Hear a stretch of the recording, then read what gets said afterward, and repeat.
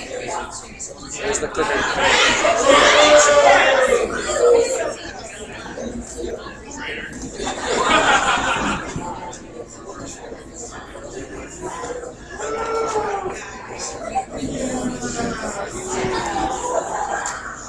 Hey, AIESEC! That was regional time! Let me hear one more time. What regions do we have here?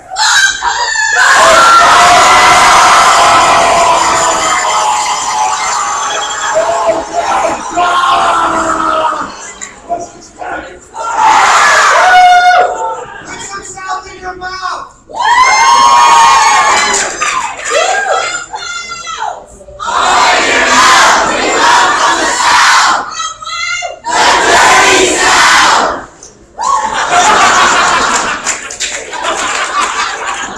You guys are filthy. Is this because of Marissa? Did you do this, Marissa?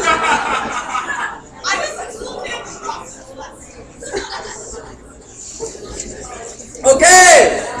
So far today you've heard about where AIESEC US is right now and what we did to get here. Now we're going to look at what our team is planning to do for the next year. In this session, I'm going to give a presentation that has two parts, and then there's a third part I'll explain. So the first part of this is explaining how you make a national strategy, or at least how we made a national strategy, what inputs we used, what challenges that included, and what kind of framework we decided to use. Then I'm going to give just an introduction to what we're going to be focusing on this year.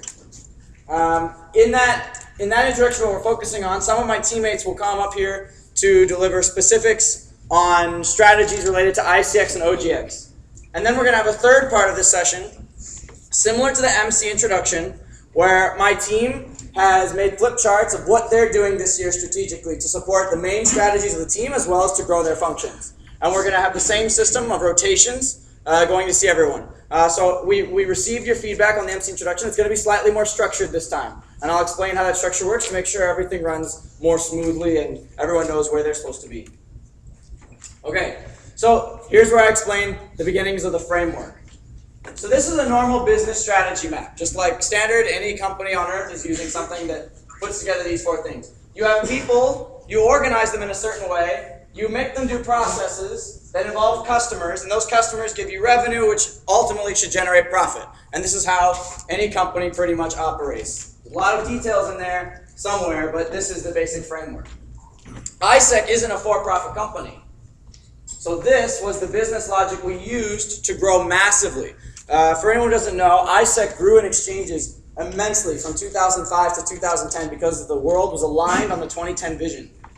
And that vision was a very basic business strategy of collecting a lot of people, organizing them in member committees and local committees with certain kinds of team structures, having them execute internal processes to reach customers that ultimately generated impact through exchange and personal development of team experiences, right?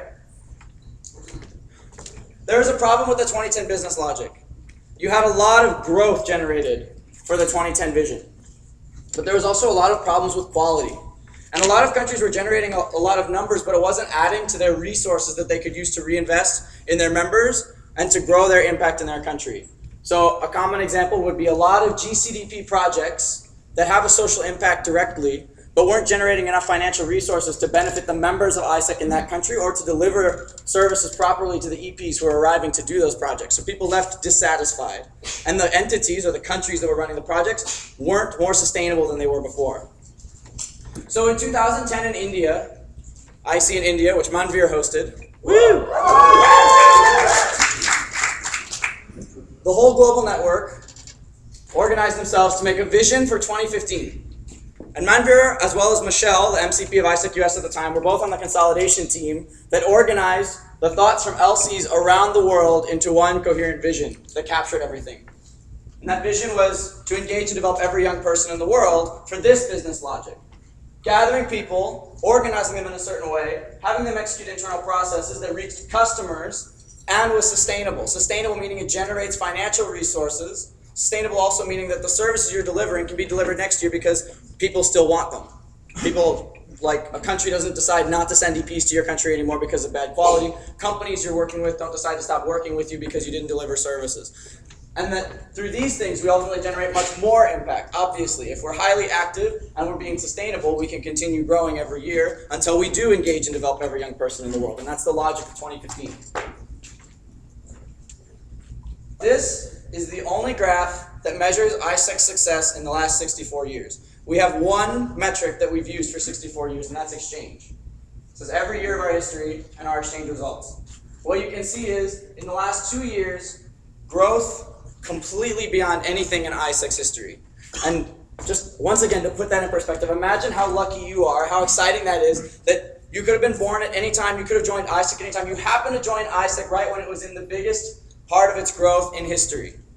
That's really lucky. You have an amazing opportunity because of that. The 2015 vision expects us to keep growing. Obviously, if you're going to engage and develop every young person in the world, you keep going this way on the graph. That's what our ambition looks like for 2015. These results were put in place at the last International Congress in Kenya, these metrics to track ourselves by. They look extremely ambitious, but in the first year of these results, we surpassed our targets. Okay? So yes. Really.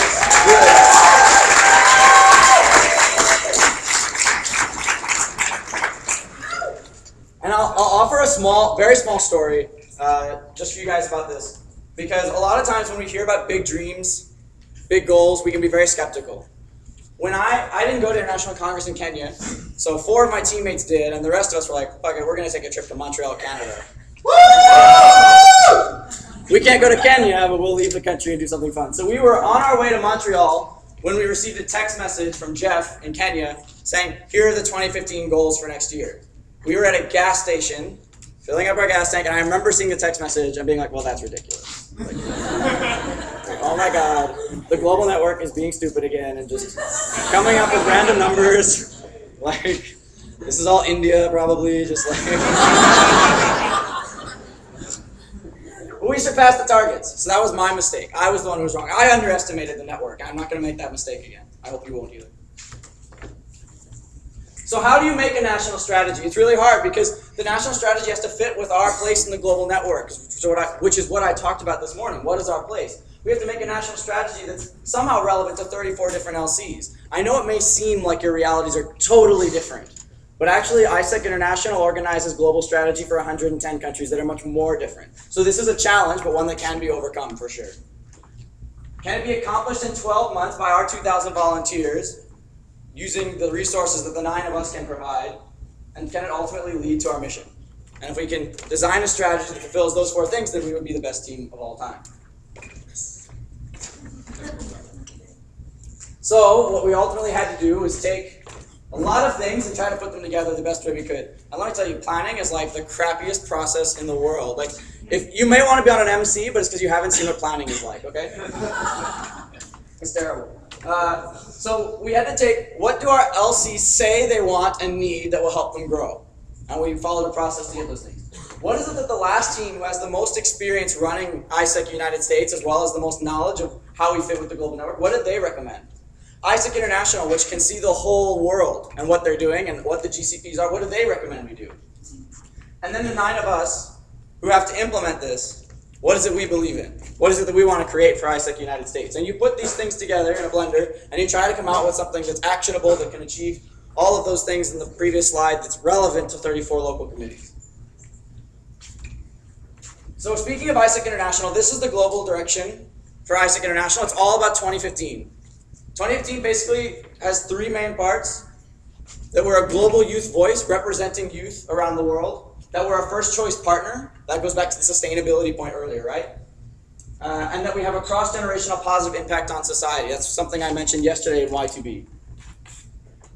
Another part of AIESEC's international direction is AIESEC as a social enterprise. AIESEC was an original social enterprise before social enterprise was like a big term, right? Starting in the 1940s, we had a program that was good for the world, that generated financial resources, and had an impact on our people. The triple bottom line of a social enterprise, combining those 3 things, for AIESEC, can be interpreted this way maybe. This is actually something that Manveer and Florent, I guess, put together. Is that right? Manveer and Florent, the current PAI, last year put together this diagram. That we drive growth by having impact on the individuals in our organization and the individuals who go abroad, by being relevant in our society, and by focusing on performance and scalability. And scalability being the sustainability part I was talking about, right? Another part, these are the 4 global drivers for AIESEC International. I'll just highlight the ones that are, I think, particularly relevant to us. In global internship program, to focus with market segments, right? And that's what I said that we're a leader in the global network. And that's one of AI's major strategies for this year, for all countries to focus in particular markets more. And for all programs to use feedback and evaluation methods. Your LCP saw a net promoter score system that AIESEC International is probably introducing in the next year. Manveer actually designed that system, one of the best legacies I think anyone could have for AIESEC. Thank you, Manveer.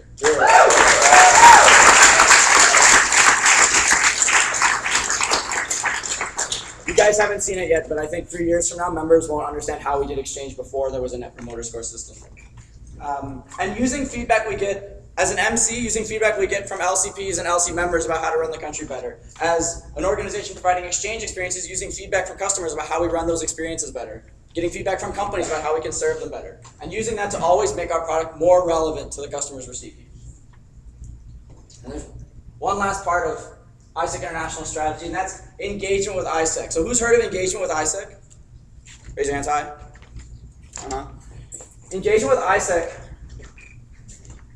Engagement with AIESEC is about being able to share the values of AIESEC with more people in the world without necessarily forcing them to be part of the team member program, team leader program, or exchange. Maybe somebody doesn't have time or doesn't have exact aligned interest to dedicate a semester of their lives to the team member program or team leader program, but it doesn't mean that they can't be a champion of AIESEC's values in another organization, or that they can't, for now, be a representative of AIESEC, and a year from now, when they're more ready, become a full member in your team member program or something. And that's the intention of engaging with AIESEC. And in some countries, this is an extremely relevant strategy. India, for example, gets 70,000 applications for membership every year.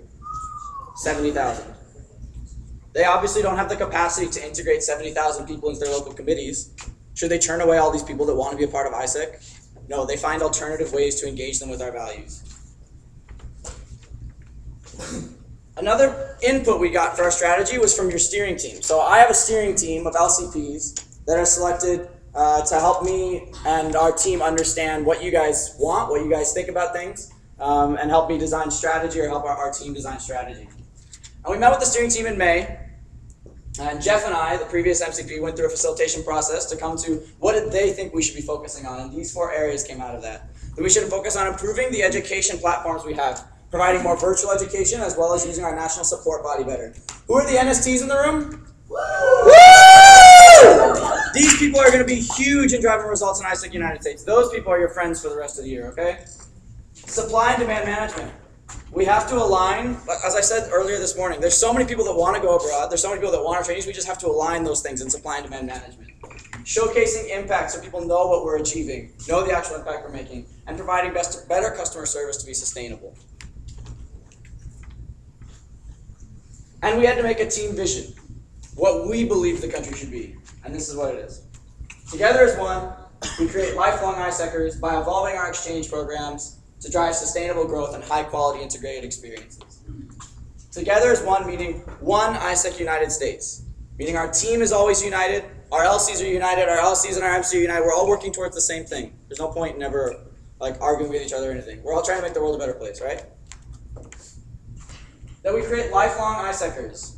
That means that after you leave AIESEC, you're still an AIESECer, as Sarah said yesterday, right? You still represent our values in your family, in your future workplaces, with your friends. That's the impact AIESEC actually has, is all the amazing things you can do after AIESEC, still using our values. To focus on exchange and evolve our programs. Build on what came before. We've had so much growth. We don't need to reinvent things. Just build on it logically.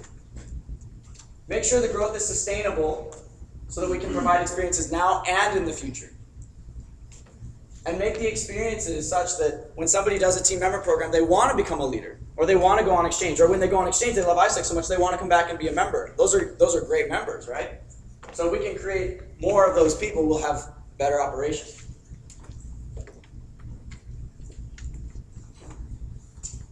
Some questions for you to reflect on.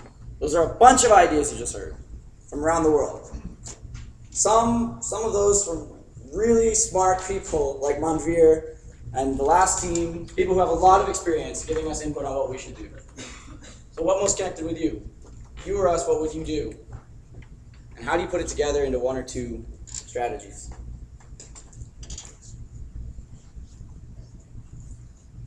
The PAI is Florent Mailly. He has a great story about, or a great example of why you need to focus in one or two comprehensive strategies instead of focusing on a lot of things. He says, you can't have more than one baby at the same time, right? You know, it'd be really hard to you have 3 babies coming out at once. It's impossible, right? So you have to do one at a time. It's one baby, right? One baby. You take the baby, you feed the baby, you take care of it for a few years, then you have another baby. Another baby.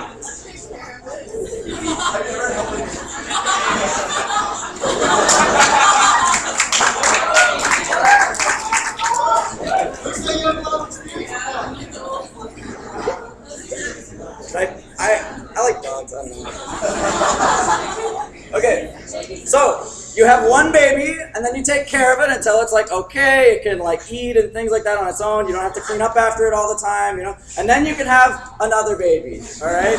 But do it one or two at a time, not a whole bunch of babies, because then you have 6 babies. You have to feed them all at the same time. They're all hungry. They're all crying all the time. Nothing's really working. You can't have fun in life anymore. Yeah. So you don't want to be that person. Okay. So I think you get the picture. One baby at a time, okay? Is that how you have birth? You just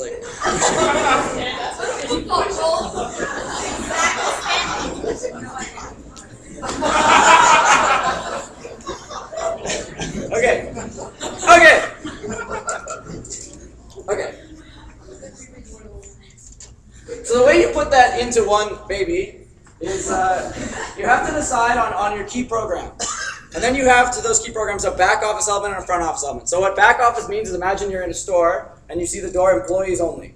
What goes on behind that door to make the business operate? Okay, so what happens at this conference? This conference is part of the back office of AIESEC, where we educate our members, where we gain passion, enthusiasm, talk about strategy. This is all back office kind of stuff. Front office is where you're interacting with customers. That's your marketing and your sales approaches and your customer service. That's all things your customers are dealing with. So that's when you go to the store, the retail cashier, or the person helping you find the jeans, telling you they look nice, even if they don't, because they want you to buy things. So the back office for us included these things. Our marketing, how we're branding ourselves. Our talent capacity, which means how much can our members do based on the education we're providing for them. The customer experiences. What partners do we have, like alumni or BOAs? Our financial model and our governance model, meaning how do we make decisions. And our IT systems like AIESEC.net and Podio. So these are the back office parts of our operations. And the front office, about how we interact with customers, is like this. It starts with a segmented market. It starts with knowing what customer you want. Then for that customer, you have to customize the product that they want. You have to know where to talk to them, through what marketing channel. When you sell, how do you sell to that kind of person? Once you sell to them, can you deliver based on the supply of traineeships that we have abroad or based on the supply of EPs that we have here? And once you've delivered, can you showcase why that was a good product, why they should do it again? And if you do these things, then you have a successful front office operation. The really important part of this is that it all goes back to the segmented market. It's all about that customer. The product for them, the channel for them, the sales approach for them, the delivery for them, and showcasing the impact back to them.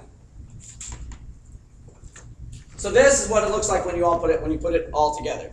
So a driver would be, what parts of the back office are we going to focus on? What parts of the front office are we going to focus on improving? And what program are we planning to deliver better? So for example, for OGX, what do you guys think we decided to focus on? You think we decided to focus on branding and marketing? No. Think we decided to focus on talent capacity? Hell yeah. Or customer experiences? Yes. Partners? Yeah. Finance and governance? IT infrastructure? Yes. You guys like it? I fucking hate Skype toolbars. I hate Skype toolbars. This happens to me all the time. Jesus. Okay. For outgoing exchange, what we're going to focus on as a team this year are these things. How how we're marketing the outgoing exchange program, to whom we're marketing it to, how it's packaged, the experience our customers are having once they go on exchange, and on the front office side, who we're going to target to go abroad. Are we targeting the right kinds of people that want our experience, that can be satisfied by what we have to provide? Are we delivering it? Are we delivering to them quickly in a way that satisfies them, and then showcasing the impact back to them? Thank you, Sadiq. Quick yes. That'll be done with.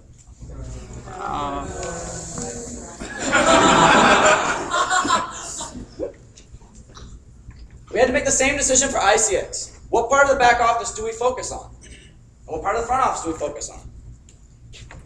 What do you guys think we decided? You can shout it out for the back office. What do you think we decided? Talk capacity, I hear. What else? Partners, customer experience, anything else? Yeah. We're focusing on, woo! Oh yeah! We're focusing on the marketing for incoming exchange and the talent capacity, the ability of our members to sell better, and sell better in teams specifically, which you'll hear more about. And in terms of the front office, what we already developed in the last year is our segmented markets, who we should be selling to. Universities, IT, manufacturing, financial services. These are places where from experience we know we can succeed. So now we can evolve our products for them, learn how to market better to them, and learn how to sell better to them. And that's what we want to focus on this year. Okay, so to recap those things, okay, never mind, go back, sorry. I thought I had another slide. To recap those things, if you're imagining what our team is focusing on this year, there's 2 things in OGX and 2 things in AIESEC. In OGX, we're focusing on how we market our programs and to whom we're marketing it to, as well as the experience we're providing our customers. And in incoming exchange, we're focusing on how we market to the people we know we can sell to, and the ability of our sales members to sell successfully in teams. Okay?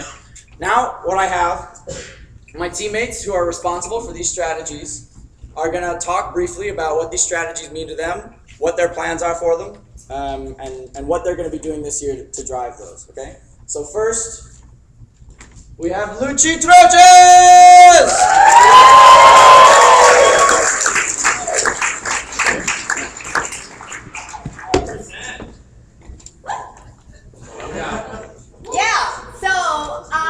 In terms of OGX for marketing, our strategy will be to specific selling points and added value for country partners. So as you saw, the local committees that matched EPs to country partners had the biggest results. So we want to replicate that success and make materials specific for them. We're also going to have a recruitment peak for summer in the fall, where you can promote the summer exchange to people in the fall. Why? Because most of the people that want to go on exchange in the summer start searching for opportunities the year before. So when you start recruiting in spring, then all the good people is taken by other programs and other companies and organizations. Apart from this, we're gonna be focusing a lot in online branding. So which means what? We're going to do the website improvement. We're going to be showcasing impacts, which means that we're going to be creating videos with you guys, with the EPs that we have, and with companies to be taking more into sales. And we're also going to be making social media connection, which means what? You remember what I was talking about with the viral marketing that we saw in the past session? Well, that's that. So the NST is going to be educating all of the VPs and all of the people that are come to make this viral. So everybody's going to know what AIESEC is about.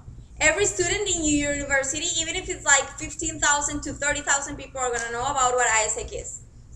And we're also going to have an internal campaign for summer opportunities for leaders. So people that are interested in taking this campaign is going to be having the opportunity to have to go on exchange or to take a seat abroad to help the EPs to have a better experience. How does that sound? Yay! So now I'm going to pass it to Zach.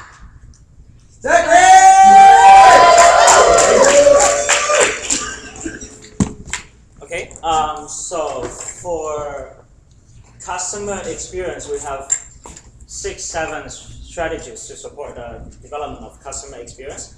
standardized EP induction process, outgoing preparation seminar, EP virtual exchange preparation, exchange quality control leadership program, veterinary integration seminar, and quality measurement system.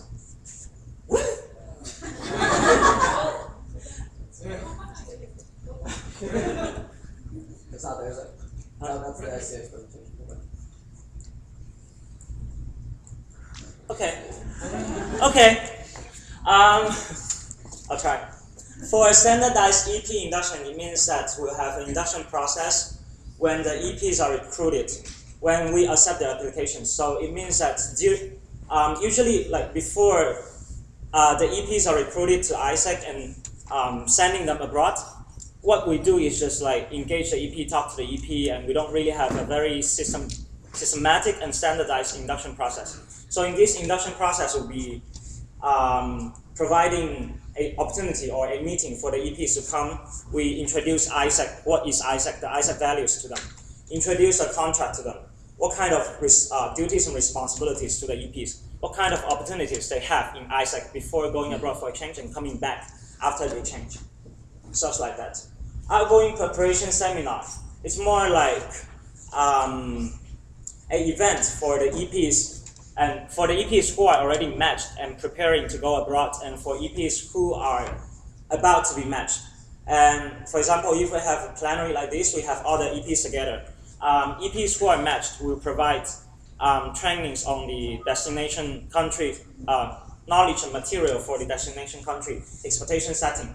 And also have the EPs to share the experience for match and also their target with the other EPs who are waiting to be matched.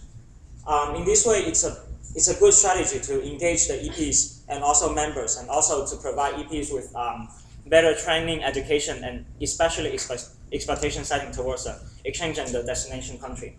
For EP virtual exchange preparation, usually we seldom do that before, but starting from this year, especially with our 5 key country partners, China, Colombia, Brazil, Egypt, and Hungary, will provide online exchange preparation directly delivered by the exchange countries.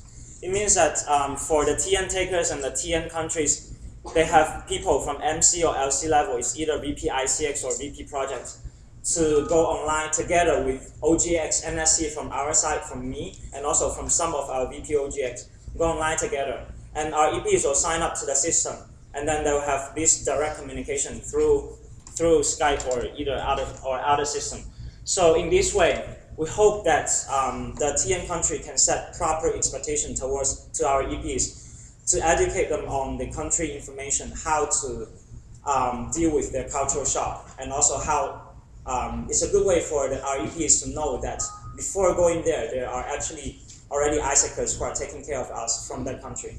So this is the purpose of our EP virtual exchange preparation. Exchange quality control leadership. Like I said this morning, we didn't really manage our EP's experience when they are brought for exchange. So this exchange quality control leadership program is designed for especially key country partners and countries that we send most of our EPs to. We'll send some of you guys, maybe here, maybe your VP OGX, your high-performing OGX members, to our key countries that have OGX EPs, to travel between cities that have most of our OGX EPs, and also to solve the quality cases, take care of the EPs, do evaluation on the TN takers, on the EP experience, and also on hosting LC. So this is a purpose for quality control leadership program. The fundamental purpose of this program is for the EPs abroad to have to receive the care from AIESECers from US. Usually when we have quality cases, the EPs, they won't really trust the TN LCs. So what they are looking forward to the most is care and also communication from AIESECers from US. So usually if we send EPs there, it will help a lot in solving these issues. Veterinary integration seminar. When the EPs come back from the exchange, like I believe is the case with most of the LCs there. So when the EPs come back for exchange, what happens the most is that we just let go of the EP and we don't really properly engage them back to AIESEC. And the fact is that returnees are the most important resource in AIESEC for OGX function. So if you go, imagine you have an EP go abroad and come back, and if this EP is interested in being engaged back in AIESEC, you can use the EP for anything. So this is the purpose of delivering the returnee integration seminar. We provide opportunities to the returnee, and also we launch new exchange programs to the returnee. So usually this group of people who are properly engaged, there will be a second exchange participant. So they'll go abroad for another TN or the third TN. Quality measurement system is a quality measurement system happens after, during and after, mostly after the exchange is completed. So when the EPs come back from exchange, we are already designing the system and also the feedback evaluation and feedback forms. So when the EPs come back from exchange, they will have to write a report of the exchange experience, the recommendation of the TN taker and also of the LC of the country, and also the exchange, the AIESEC quality service quality survey for the returnees, for them to evaluate the hosting, the sending LC, and also the service we provide to the EPs, so that they will know.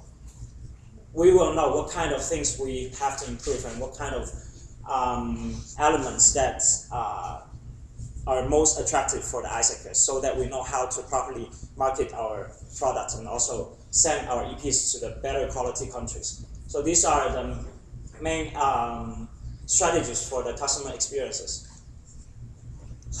That's pretty much all. And I hope you guys just keep being updated, and I hope all of you guys can have the chance to go abroad for the quality control leadership and also partnership management leadership program. It's super amazing, and it's a best chance for you to contribute to manage the experience of our EPs and provide better experiences to our customers. And that's pretty much all.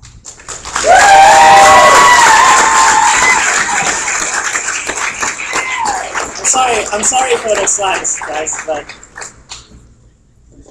and I'm gonna hand over to Aria, VP, ICX.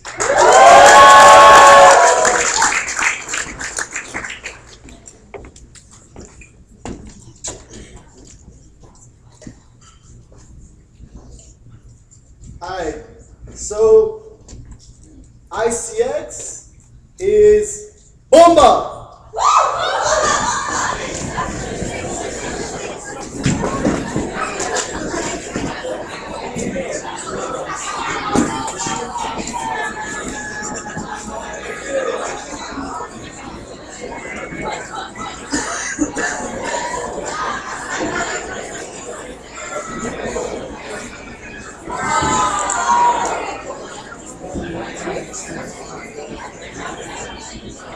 Cool.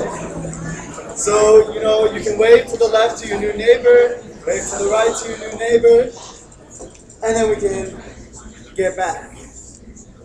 So, as we've seen, ICX has experienced a lot of growth over the past year.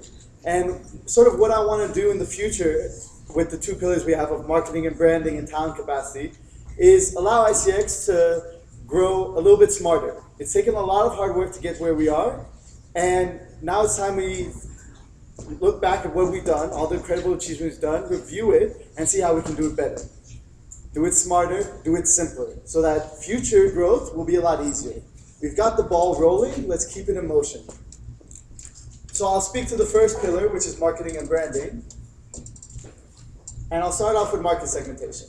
So I'm sure you all have heard a lot about this because this was last year's main strategy. And it was a success, a huge success. The IT industry was a major success for ICQS. There was a lot of TNs raising it, a lot of TNs matched it, a lot of TNs realized it. As well, we introduced the university segment, which is the low-hanging fruit. Does it get much easier of a TN taker than the guy who's actively supporting your club? And it's worked for a lot of LCs. There's a lot of LCs, first TNs in a long time, and it's really a great opportunity for everyone. So that's sticking around. Finally, the last one we had was the market expansion market segment. And this one I've adapted a little bit because it was sort of the least successful, but there is definitely opportunity there. It's been transformed into what I call manufacturing management segment. So the idea behind this is right now there's a renaissance in American manufacturing. All those people who went to China 10 years ago are starting to come back. They're opening like more new car plants in the US in the past decade than has been done in the past 30 years. And this is various things, the increased cost of transportation and gas, fluctuating exchange rates with China. But ultimately what it means is that for the US, manufacturing is growing again. But they're now back in the US in a global environment where they're purchasing goods from all over the world to build the products here. And that to me sounds like a great opportunity for AIESEC. So we'll be shifting a bit the market expansion segment to be manufacturing management. And we're going to be working to try to determine how to really penetrate this market and figure it out. But these are our 3 segments. They're continuing from last year. And we're going to go further. What we had is last year we introduced the idea of market segmentation. Now we want to go further. We want to create packaged products from these segments. So what does this mean? Well, we're going to optimize our market segments by better understanding how to do it, learning from others. We've had successes in these segments. Let's learn from each other LCs and get everyone participating. Then we're going to take our successes and determine what exactly do we want to do in each segment. What are the backgrounds? What are the profiles that keep on recurring when we sell these training plans? Why don't we just package it and provide it so it's much easier to sell? Instead of having a huge form where you say, well, you have all these options and these backgrounds and these skills and these countries and these languages, we can just say, these are the skill sets. And this is something we can do. This is something we can evolve our product towards. And what would it look like? Well, it would look like something like this. This is our IT segment. And for instance, you could have something like database management, which seems to be the most popular training plan that I have observed. We're talking stuff like C++, PHP, SQL, Java, .NET, ASP.NET. Could people raise their hands if they have any clue what that means? Oh, awesome. Most of the time I would say, who the hell would know what that stuff is, right? And that's the whole idea behind packaging it. Because if we put it all together, you might not know that SQL almost always goes with ASP.NET. SQL is a database framework that's then used to be ported online using .NET, VB.NET, or ASP.NET. You might not know all of that stuff, but if it's in a package, you don't need to. It becomes a lot simpler. And you can showcase all these things and you can say, hey, you're an IT company. Is this one of the 4 profiles you want? Mobile app developer, social media marketer, IT services assistant. Becomes a lot easier of a sell. So we're hoping that in this fall, we'll be able to fill in all these categories with your guys' input and develop a much easier marketing strategy. And as well, we have them for our other market segments. So how does that sound?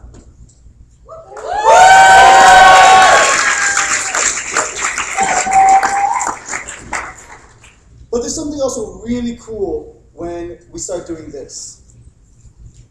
When we get down to products with specific profiles for each of these market segments, what we get is a clear value proposition. Right now we go in and we say, we have the international component, we have young talent, we have ambitious individuals, we have IT talent that the US is lacking in general right now. But when I go in and say, look, we can bring you a database manager and we can go from these 5 countries because they have the most supply, the value proposition becomes a lot clearer for the company. And what does that mean? That gives us a huge opportunity online. So if I was to type database on Google, this is what pops up.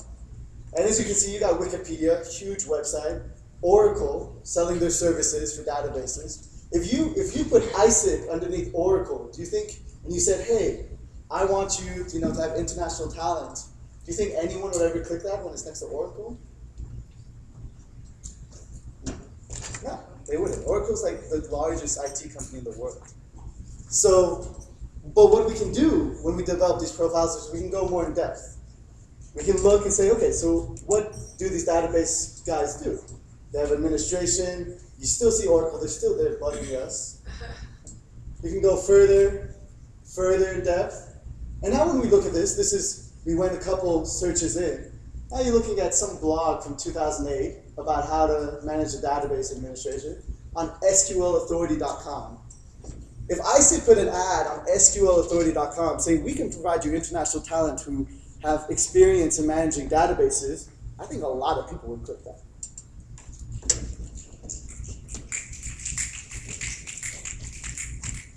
And that gives us a whole new marketing channel, a whole new opportunity to get meetings with companies. This is what we call search engine optimization or inbound online marketing.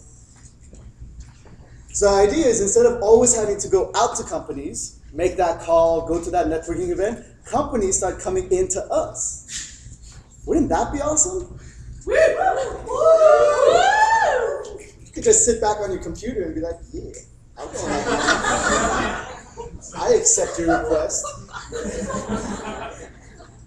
So how it works is you sort of have this funnel. This is how the system works. We get more people to go to our website because we now can have a little bit of a clear value proposition. We can actually advertise specific products on our website instead of just saying, hey, we provide international internships to companies. No, we say we provide database managers for 13 or 18 months with the following backgrounds from the following countries.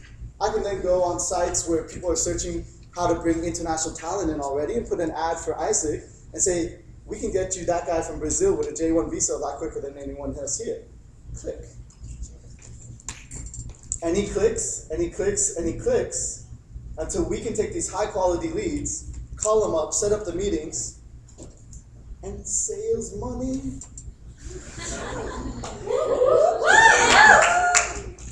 So this is our marketing and branding strategy.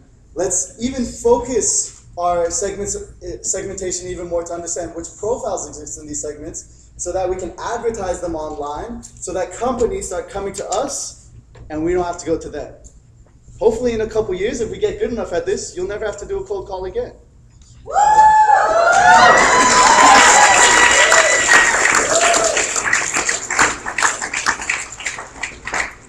But before we get too excited, we still need to do cold calls. But let's talk about the other pillar, talent capacity. So for me, this is a really important one because what we've been doing is incredible, but I know it's been on a lot of hard work, a lot of sleepless nights, and a lot of stress. A lot of people knew that if they didn't get these trainees, their LC might not exist anymore.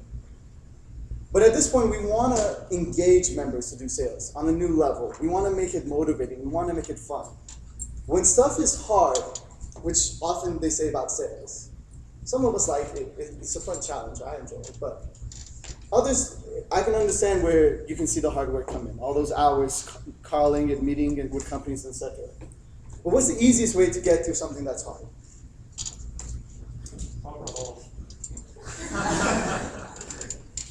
For me, it's a team. Imagine when you play sports.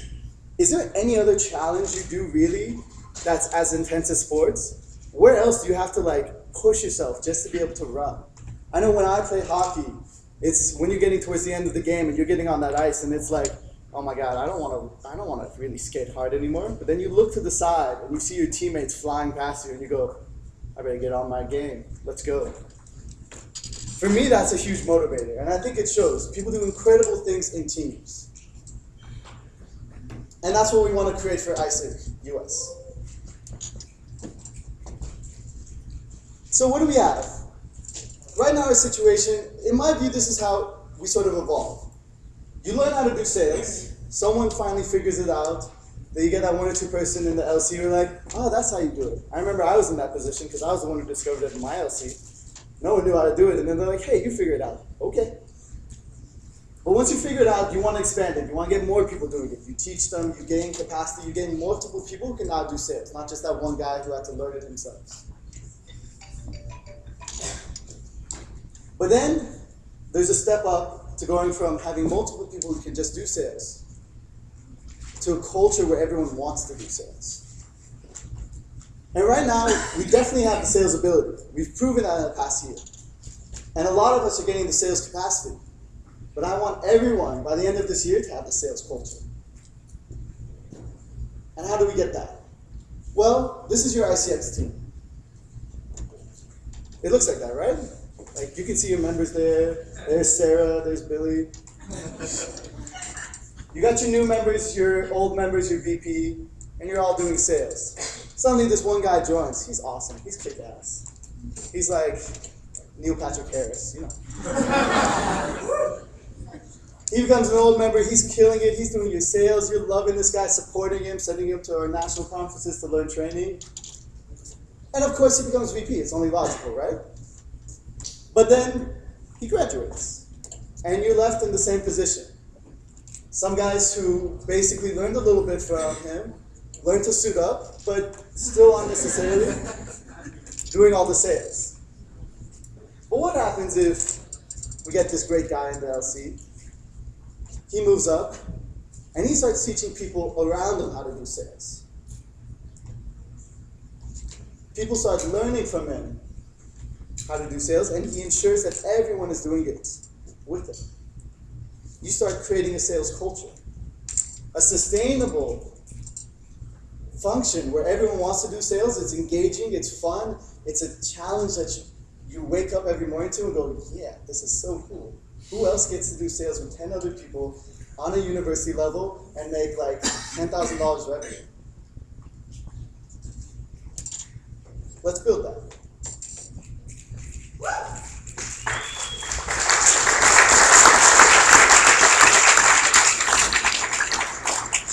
So here's the thing, it's not so simple, right? Like it's not like, okay, go and do that. All right, Arya, I'll go make a team. I know it's not that easy. Most of us, and I'm in the same place. In the beginning, it was like, I really understand how to do sales. How do I lead a sales team? But it's important that we do this. We clearly see that the results are driven when we have more people engaging in sales activity. This is what I showed earlier in the Sono, but I want to show it again to emphasize it. To emphasize the importance, because the people who have more people doing sales in the LC have more sales activity and more meetings, and they're the ones getting the results needed. And how do we get there? How do we get everyone up on this list so that it looks as long as the LC's Raising TN's list? Well, I've got a solution for that. It's called the short-term high-performance sales teams. The idea is to give you guys a framework to easily create a sales team culture within your LCs. Something that's quick, so you can do it multiple times. Something that has every component needed to create a real engaging team experience. Something that drives sales activity to the level needed, to the level where you feel accomplished at the end of the semester in your AIESEC function. And I know this is difficult. There's a lot of things in it. So I created a framework so it becomes simple to implement. And it looks something like this. So I won't go into all the details with you, because that's what the ICX track is for. But the idea here is that you have your short-term high-performance sales teams, or say hipsters.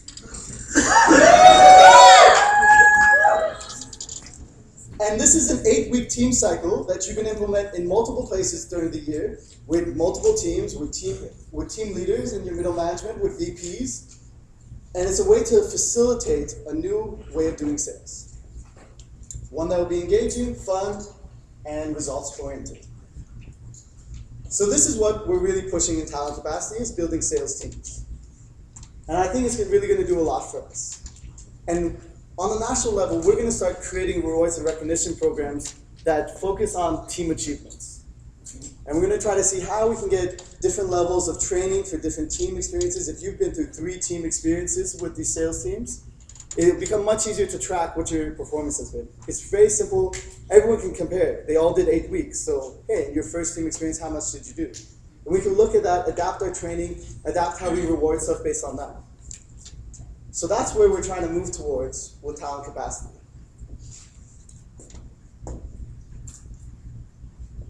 And the idea behind both of these strategies is basically, let's make sales simpler, let's make sales fun, because we need to grow in a sustainable fashion in ICX now. And we do that by simplifying what we do based on great past experiences that we've had to ensure that our successors love what they're doing. And they push it to a whole new level where we can go back and tell those alumni, yeah, those 700 TNs, we can do that again. It's not just the 1960s. That's totally possible today.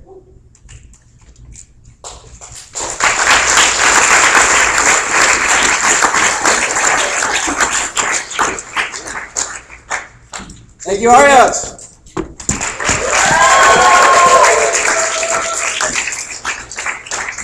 All right, we're almost 2/3 the way through.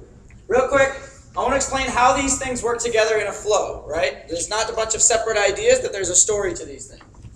So for OGX marketing, what we're working on right now is the improvement of our materials and the improvement of our website. The LCB's got to look at those things earlier in this conference. Improving our website, packaging products specifically for our country partners.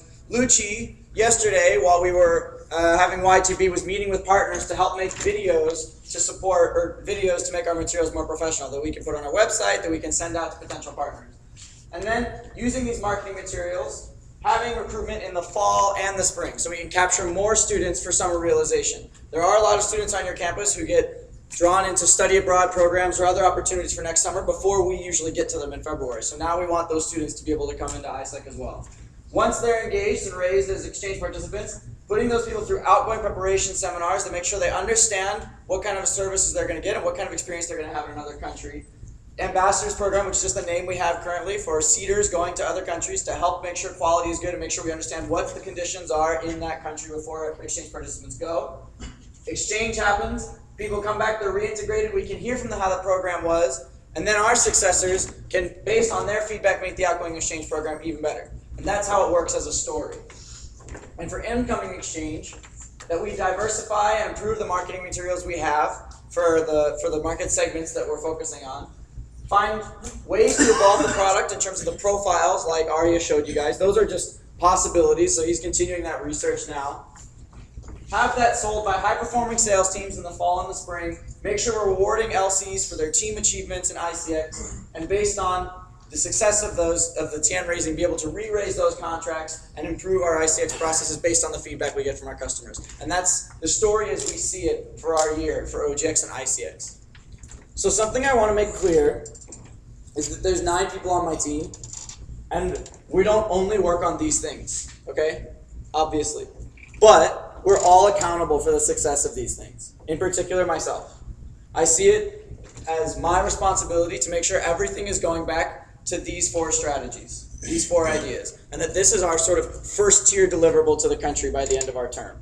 We have to maintain so many other things, but what we wanted when we looked at what AI was advising us to do, what the direction of the country was that the last team left us, and what our LCs recommended we do, that we needed to deliver these 4 things in 1 year. My team, could you guys start setting up? Yeah, sorry about that. Okay. And these are the 4 strategies when you put them together. So we have an activity now. After I'm done explaining, don't move, okay? What we're going to do is we're going to split back into your regions. Motex, Cox, you guys can split into north and south. And each of you will go to one of my teammates, and they've prepared like just a 5-minute presentation about how exactly they're contributing to the team strategies as well as what they're doing this year in their function. Okay, so this is a chance for everybody to see what all the MC team is focusing on at different times, as well as get a preview, if you didn't already in your functional track, get a preview of what each function is doing for the next year, okay? So we have Jesse over here at account delivery. Go Jesse. We have Alexi for business development in the back. We have Simon right there, Lucci, Arya, Bill, and Alyssa D will be right here. Okay, so the way we can do this to make it super simple, the first person your region can go to is your MC responsible. Okay? So Motex Cox South, where are you going to go? Alyssa D! That's right. Motex Cox North, where are you going to go? Jesse! Jesse! Rowdy's West, where are you going to go? Rowdy's East, where are you going to go? Bill! SoCo, where are you going to go? West Coast, where are you going to go? Okay, we're going to do this in 5.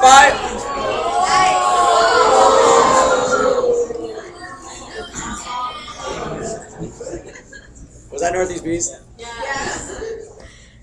The reason I didn't say anything is because I used to be your MC responsible and I don't want to admit that anyone else is leading this region, okay? That's why. Northeast Beast, where are you going to go? Zachary! That's right. Okay, we're going to do this in 5-minute rotations, okay? So now you guys can rise and please go to your MC responsibles.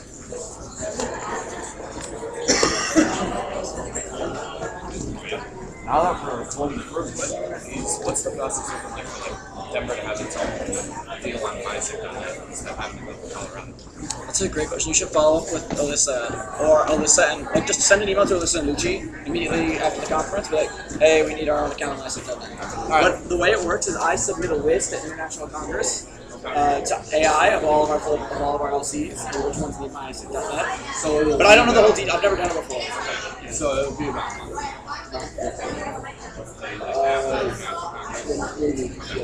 cool, thanks.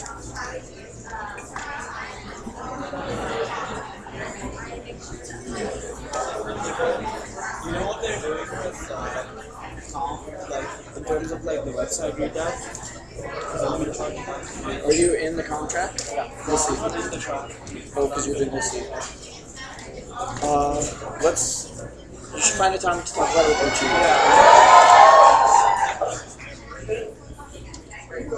And also, when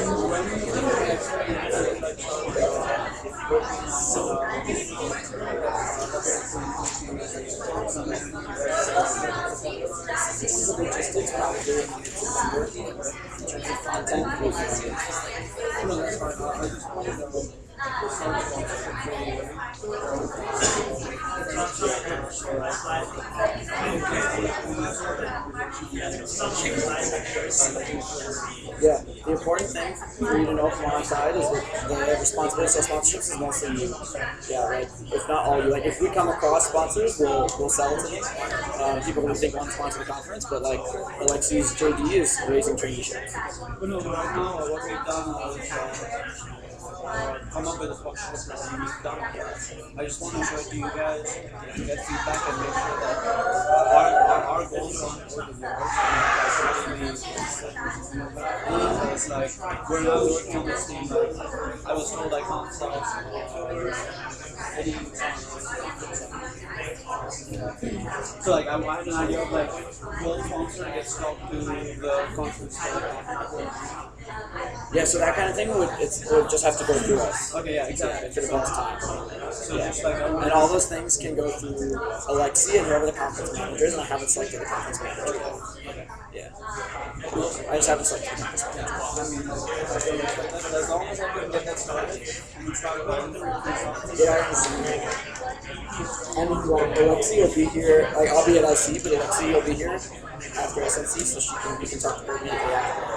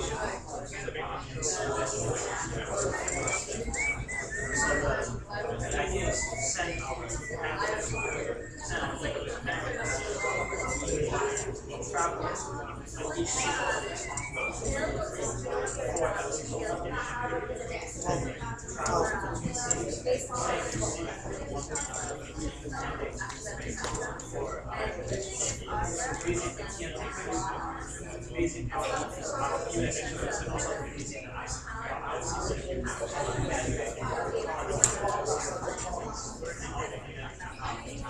report transparency.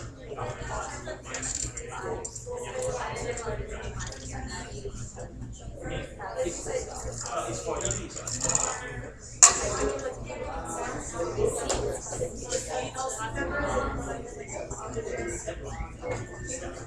but it's based on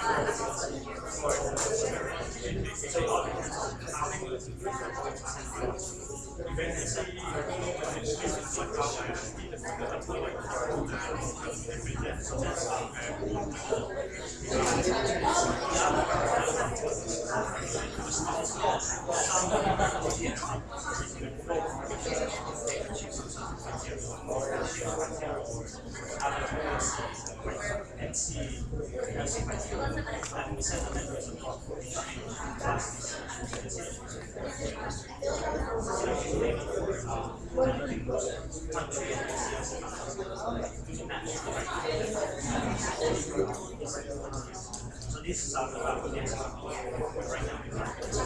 Our customer experience.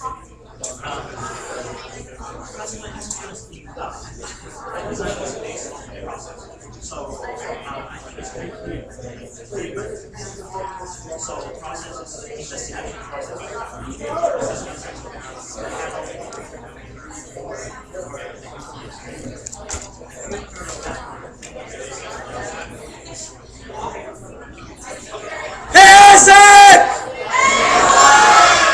Okay, that's round one. Now, in your regions, you're all going to move one to your right. Dunk, dunk, dunk, dunk, dunk.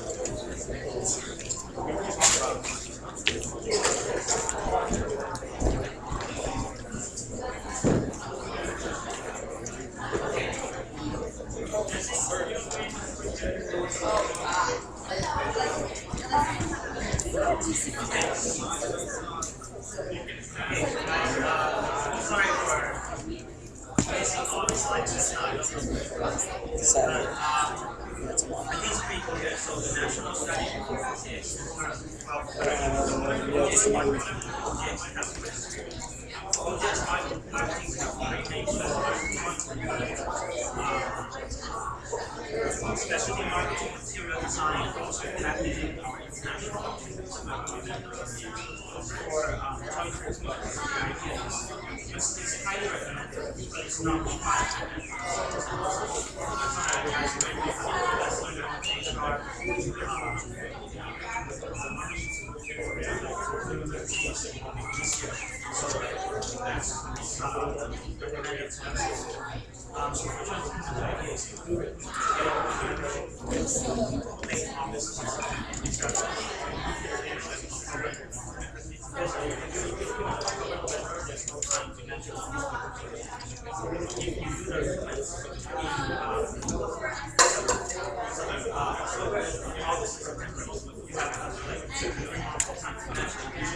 So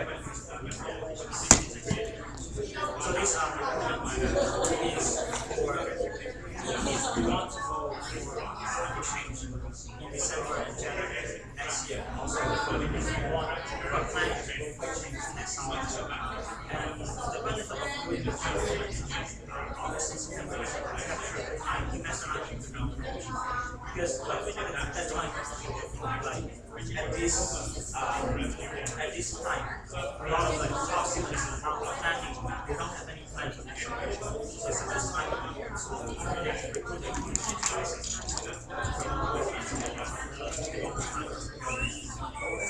specific marketing materials, which is design, marketing expansion,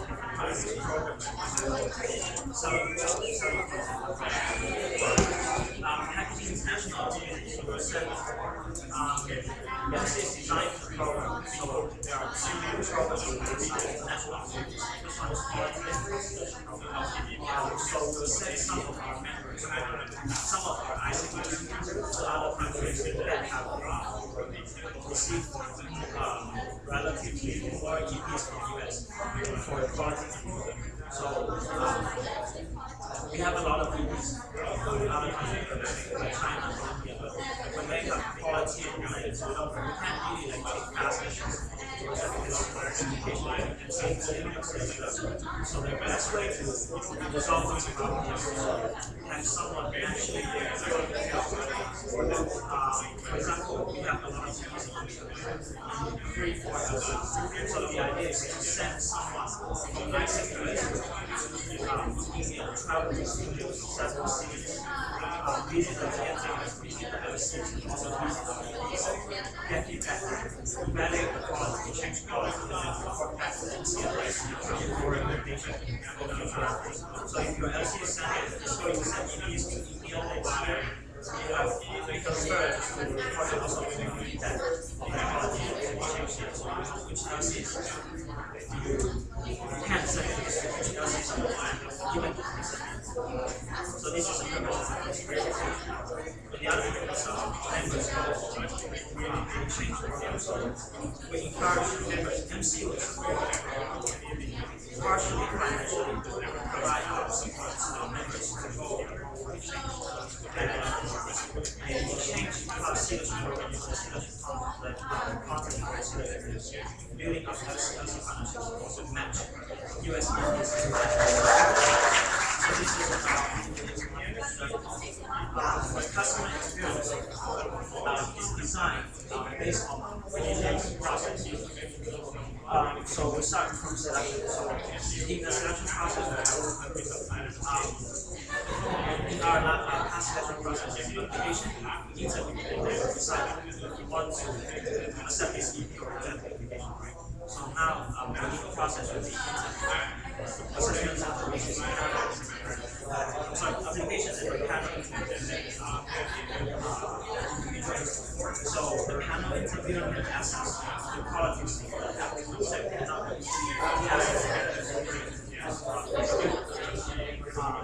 the teamwork, spirit, leadership skills, communication skills. So all these skills can only be accessed when they have a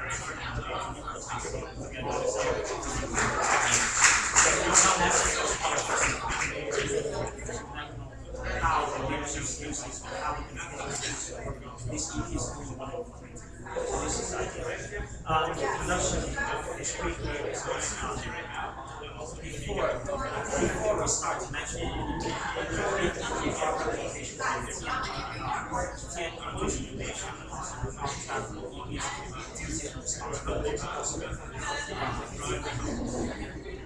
also opportunities that AIESEC provides when they are when AIESEC before issuing the application. OPS is more designed for students who are already matched who are looking for a internship abroad. So the event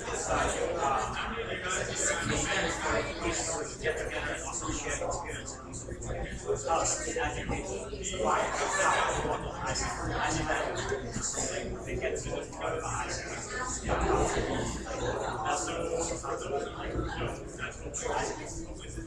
So this is also about institutions that I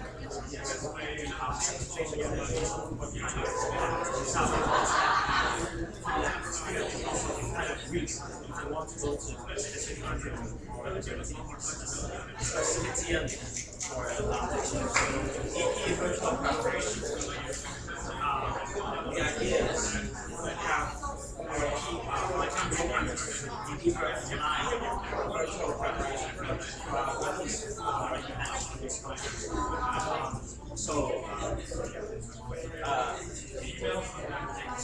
change quality control is like already and quality IS is written in integration.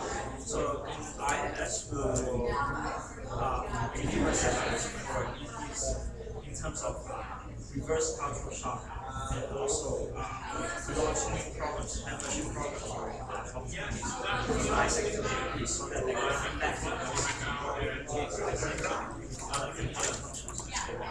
and also launch second exchange opportunities for the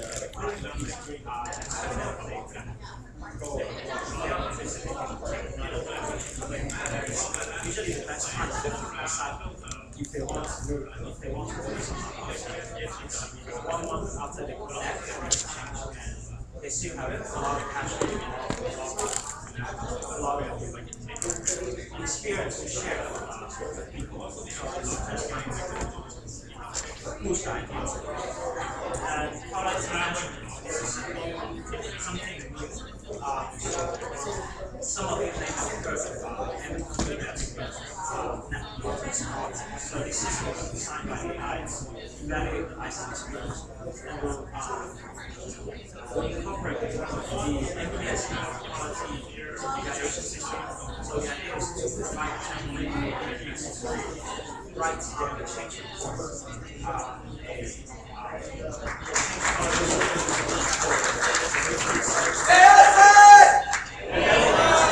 We're gonna switch! Switch! Survey for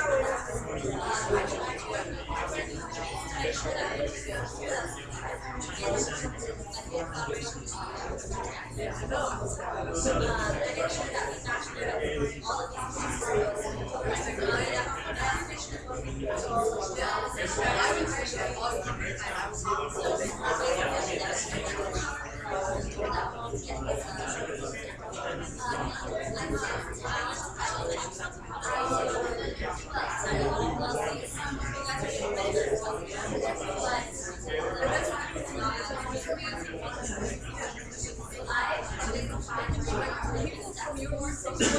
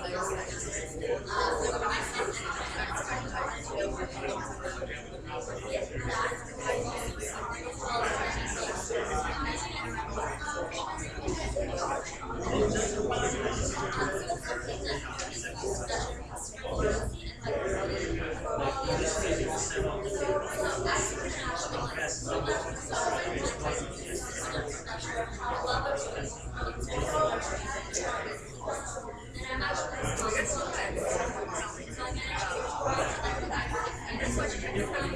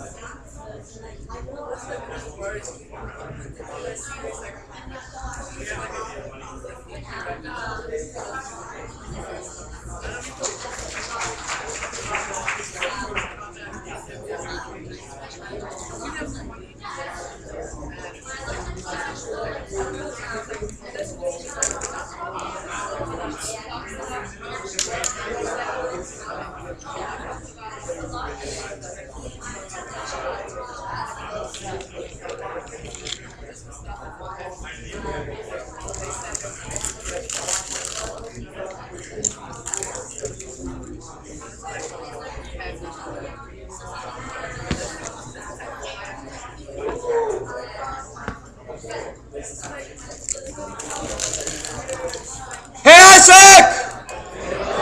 Switch! Go, go, go!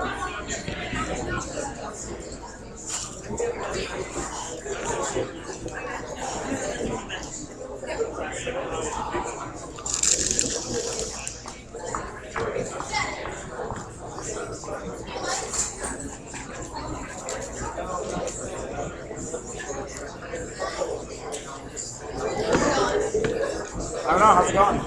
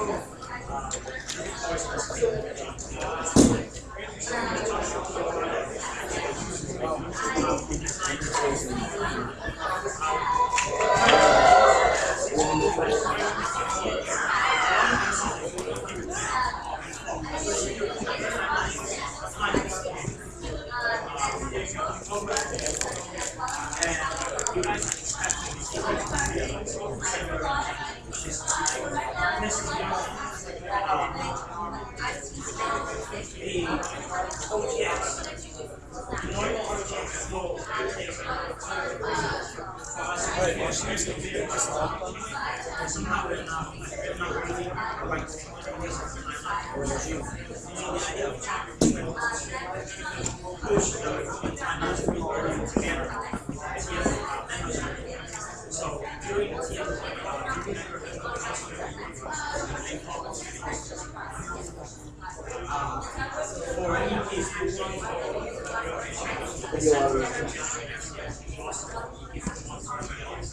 think also the information presented is very, very factual.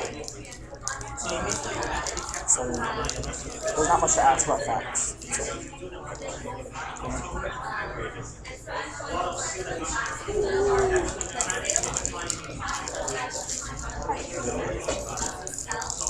I'm just hoping you know you can enjoy it.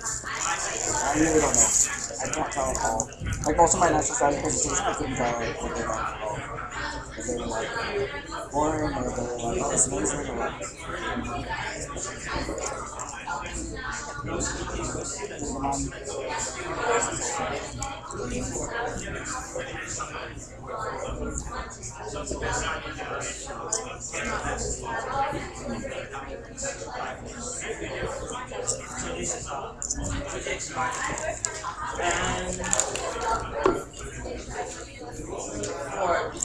But like, you know, like you are 100% right about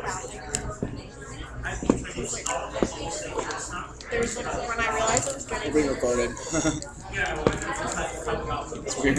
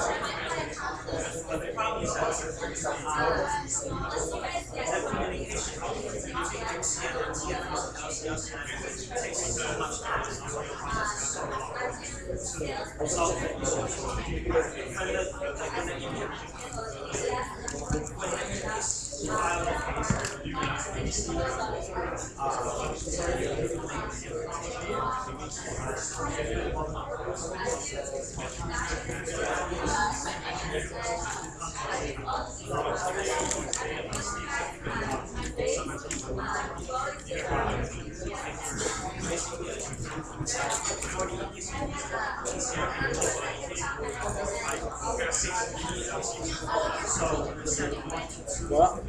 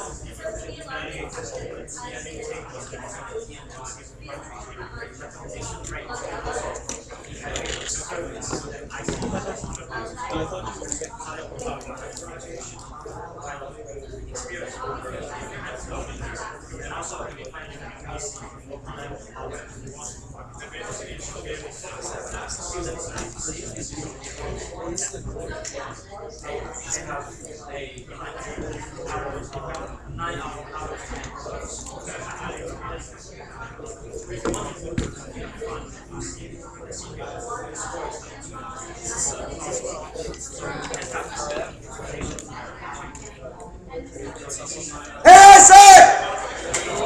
Switch! Switch! Go! Go! Go!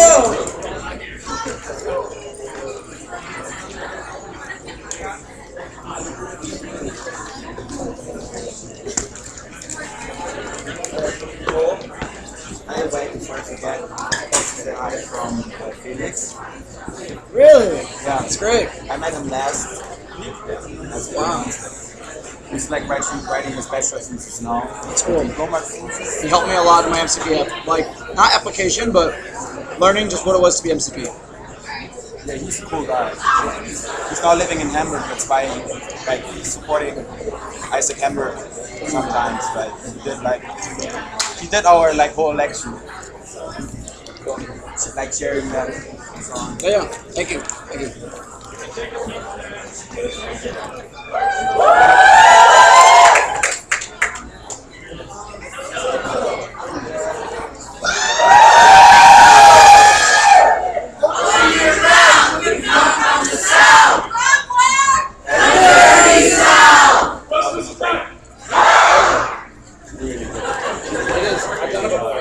By the end of it, what is on speed? It's like Ivan,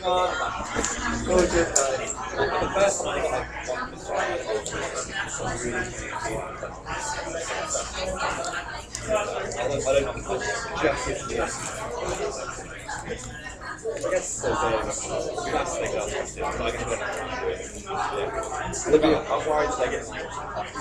I'm sure they are. I'm sure they are.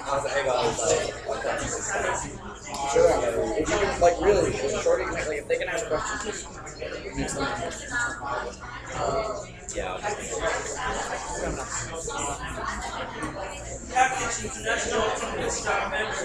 what's your sense of the mood? Okay, they're okay. I love them right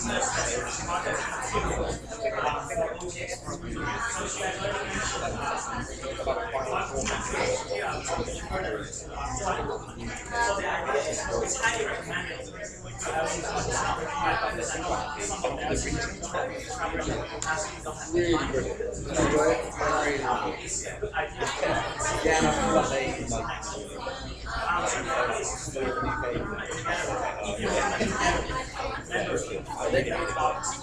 think we need to maybe look at our agenda and see if we can create more open spaces. I think we're probably losing their patience for a plenary session. So tomorrow, the general view and the values that we're making. And then second thoughts about maybe, like, I think they got a lot of energy out of this morning session. I think that was really important. They're not getting enough time from us to discuss and share the content. It's too much of a MCS.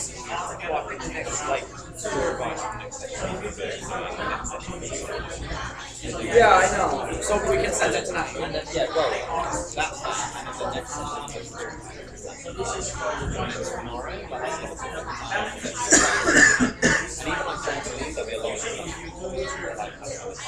Oh yeah? Yeah, it's like how to so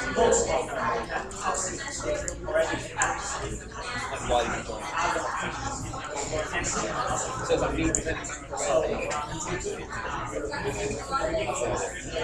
trying to think if there's any more sessions we have that are stop. I think this day is just like the rest of stuff pretty good. I think we're okay. It's good in person, but I think we're okay. I think we'll just cut the video because like I'm going to record this.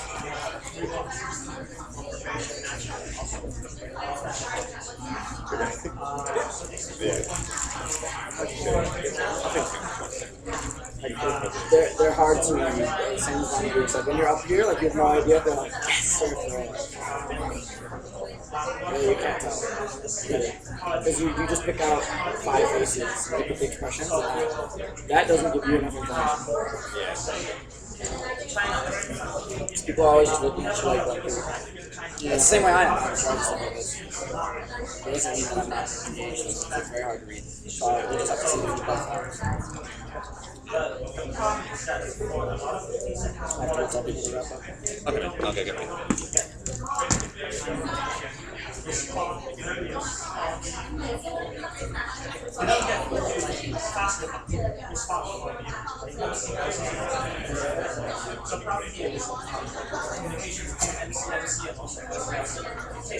Long process of audit.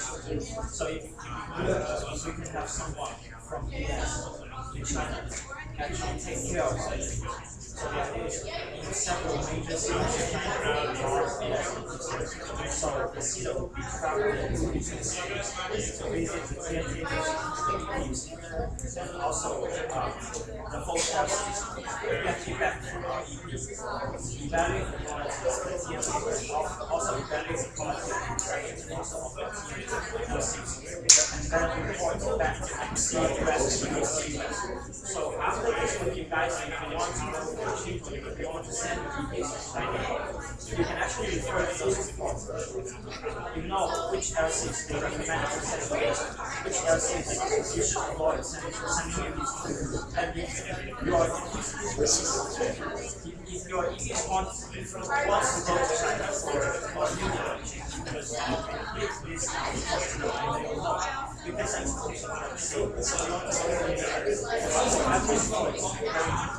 it's 3 hours, so you should be mentally prepared. So you need to and also, the other experience quality management system. So we are designing the system right now. And launch it during the so quality management system is to provide a template. I'm so glad you guys redid the website. Yeah? Because that was a shit show last year. Like I had like university department heads contacting me and being like, you went to the website, it says there's a virus on it, what's going on? I'm like, what? Like, do you guys know about that problem? Yeah. Like, I met you because like, you were in charge of it. Yeah, I mean, it took time to fix, was the thing. Yeah. So, you know why it was caused? Like, I showed you like some Hey, AIESEC, let's switch!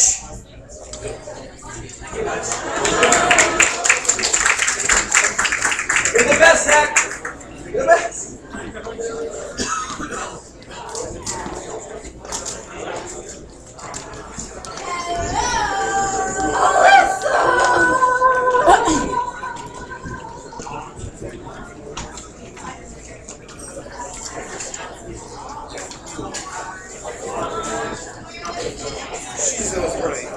Come on, Soku! Why did I walk?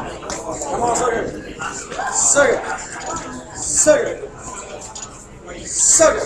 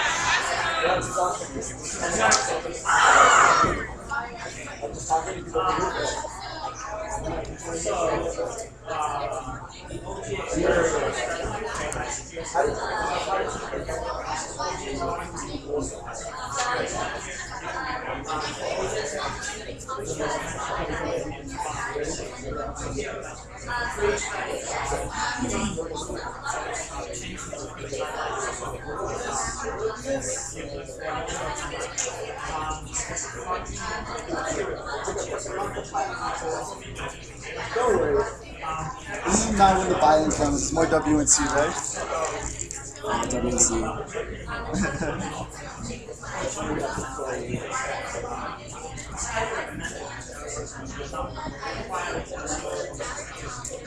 some of the LCs instead of Mexico.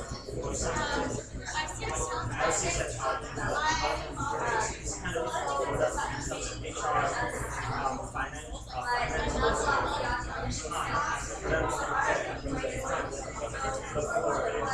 LCs, most of the LCs so you have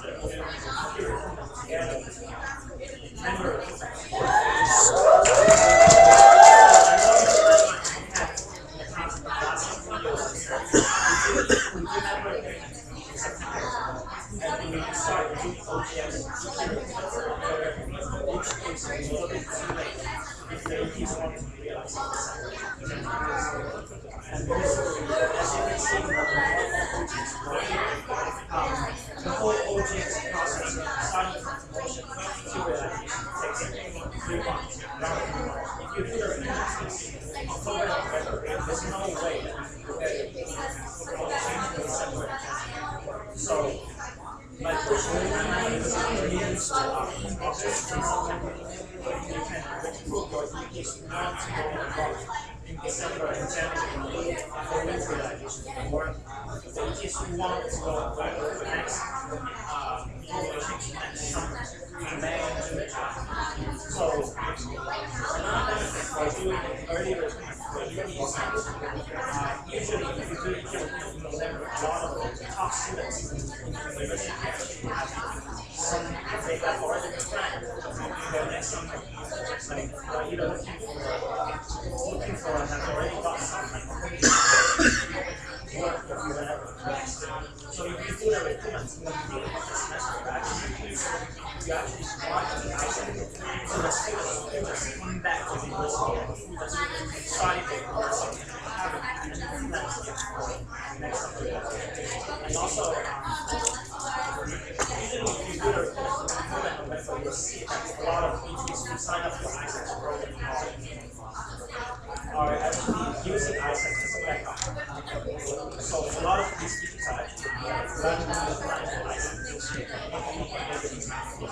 So if we can do the marketing first and early and also do the ETs early, I think we can keep international teams is also part of we are designing two products for international development. The first one is called use India. This year we sent 40 EPs, so far I sent 40 EPs. Sometimes I have in MCMC, but we have a lot of EPs. So the problem is that when the EPs are in trouble, what they're looking for is help from AIESEC, US, and also from mentors, someone who but we cannot, like, it's very difficult for us to reach out to us, present. So the idea is to centralize some of our mentors between several big cities that have most US EPs to do to visit the TN visit get feedback, evaluate send a report back the report so later when you want to send a piece of what kind of experience, what kind of person, what kind of message should not send. So this is the idea. Also, we do have qualifications. The student can easily travel to the city and just like physically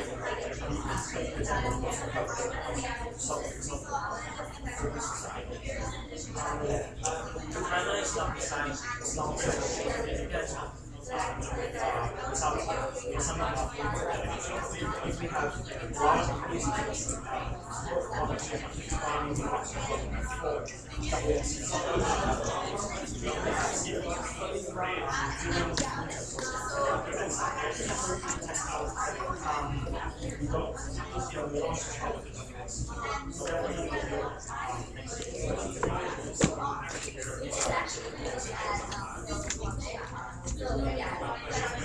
the first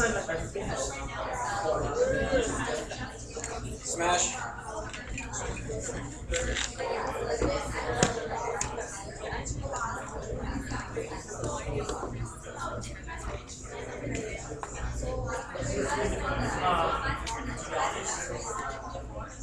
I have put a motion in calculation to raise the application. It's still, yeah, but still, it's like the 75 is really like not a lot for the you can raise application. It's one of it. It's one of the factors. Nothing is really in September. One very important action that we have to take is provide some other learning experience so as to keep them like maintaining preparations, learning opportunities, you can put it in these see if they are interested in staying in AIESEC as an OGS member, as AIESEC member, you can package AIESEC's program experience to it. You can say that you have practical sales experience. So are you interested in it? Yes, you can just go and raise AIESEC members. It's a package experience. AIESEC! Switch! Thank you guys.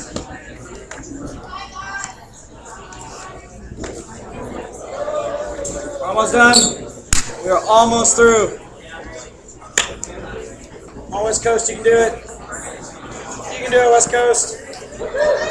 Whee! Woo!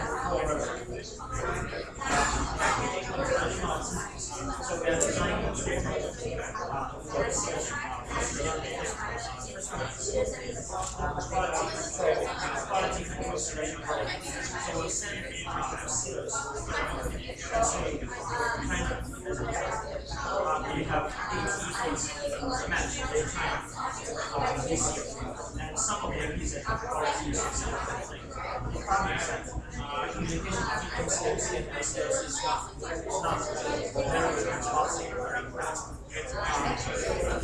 And usually when they get quality issues, what they need the most is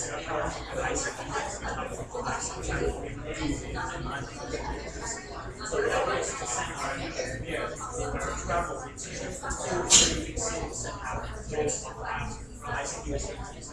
And then maybe whether the team use it REP and also use it as getting back and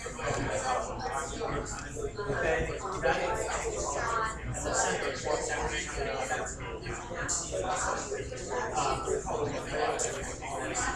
so for future reference, if you want to send information to China, you just refer to the report and you know which LCs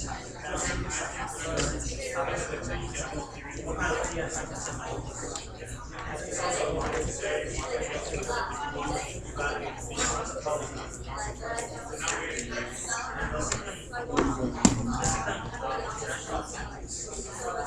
is member relationship plus we set our investors to the countries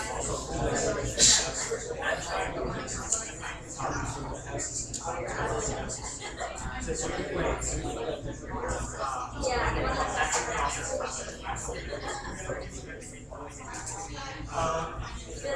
for customer experience.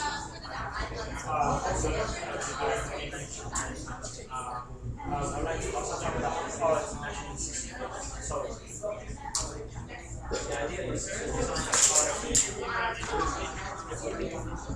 a quality management system using a template of change reports, a quality survey and also a service survey for the EPC, value the service provided to the EPC and also quality of the TNMC so that you know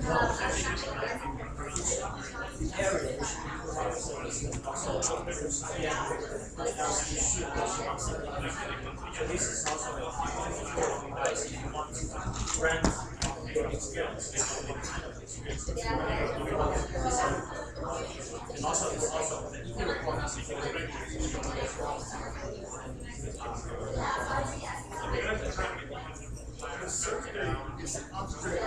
after that when they are coming back.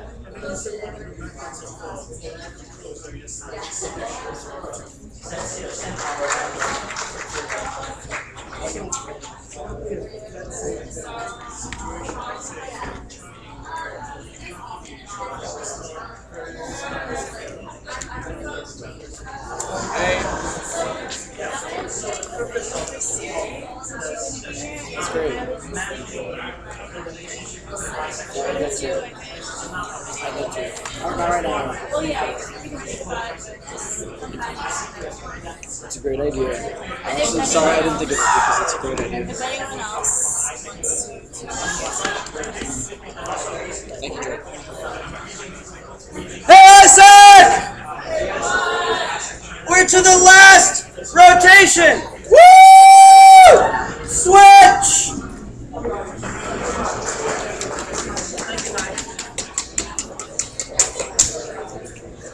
One more, guys. One more. Come on, Ready, please. Look alive here. Look alive. You can do it. I believe in you. Come on. Woo! Woo!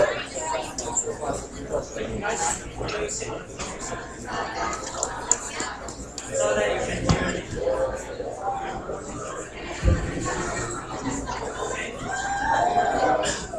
So for the international study,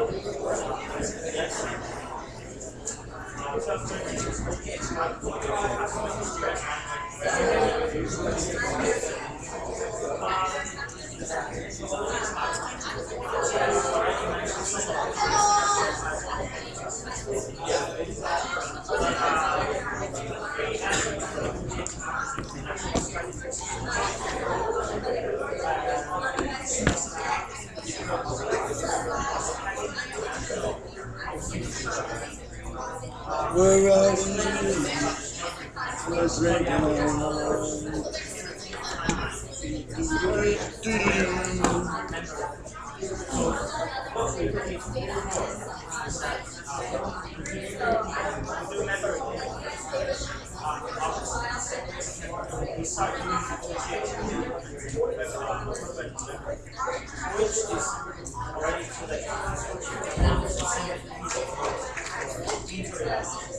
So the idea is put everything together with memory August and so that we have maybe 3 months of time to prepare to get back to apply visa and also get back and go and then go abroad to realize so as you can see here, this is the normal ATX. So the normal ATX process from promotion period to realization usually takes 2.5 or 3 months. So if you do it in October, there's no way that they can prepare that like setting and realizing December. So earlier, actually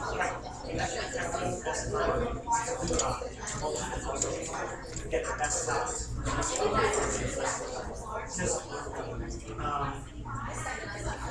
the benefit of doing this is, I think most of you guys will have the experience. A lot of ETs that sign up for AIESEC program, they actually see AIESEC, using AIESEC as a second option. They're always looking for something better.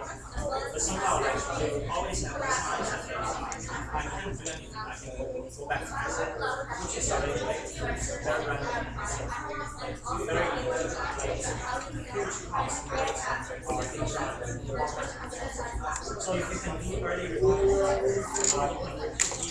you can actually they're not like they say at this time they don't have any plan for next summer yet or winter yet. So it's the best way if you can match it as soon as possible. That's what you should this is about how and also but it's not required for it's highly recommended. This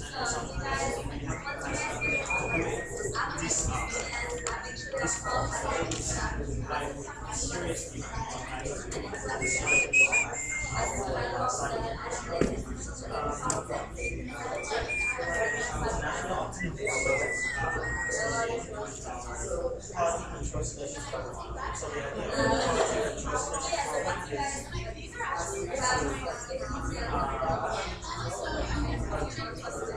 let's say India is we have 40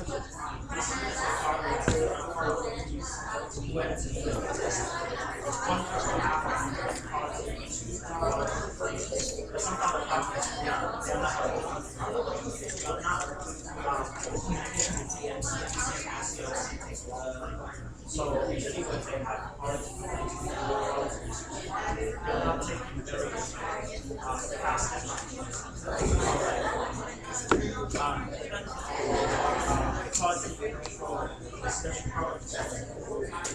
we send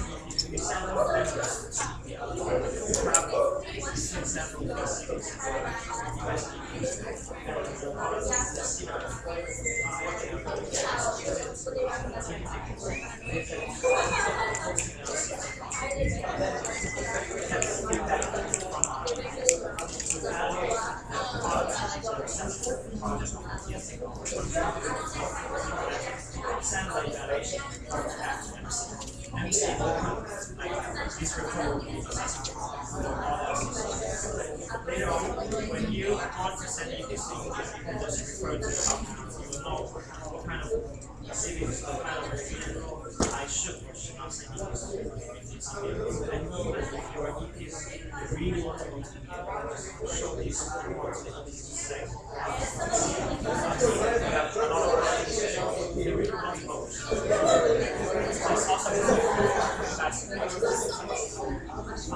Another significant value of this program is that if we do have quality the thing that they're looking forward to most is now MC, anyone someone from AIESEC US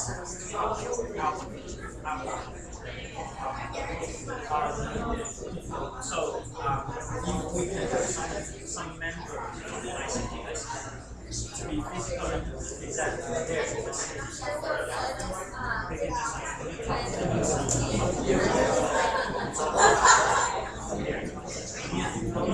also reaching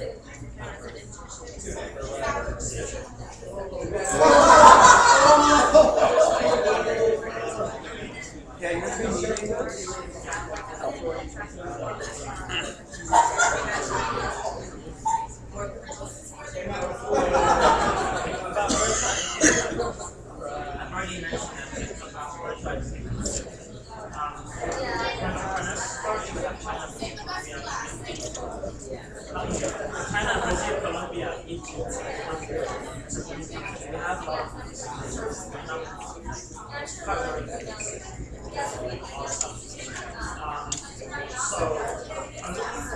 Hey, AIESEC! Hey, AIESEC!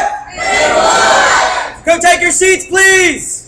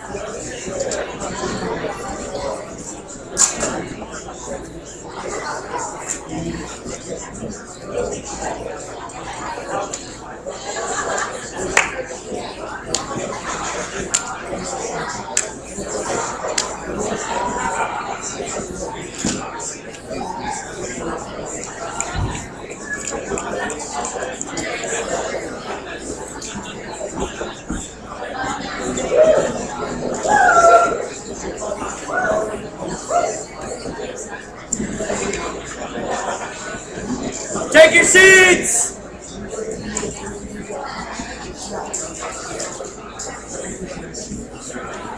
People in the back, take your seats!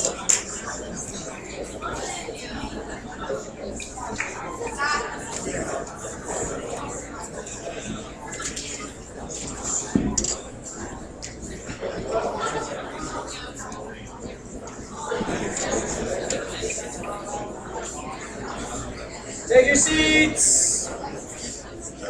You can hear me clap one time. You can hear me clap 2 times.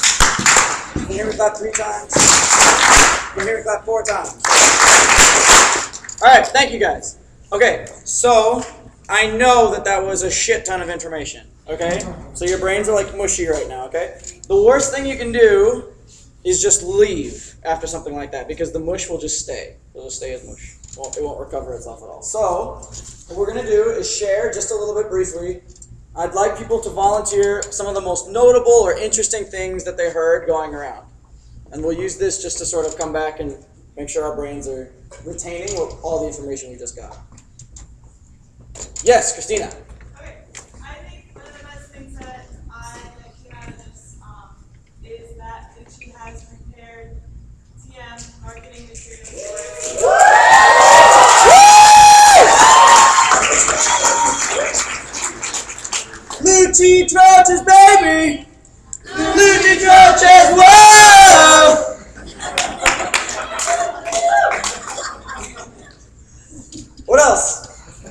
Sadiq. She made a really awesome website. It is so much more professional and like a lot nicer looking than what we had before.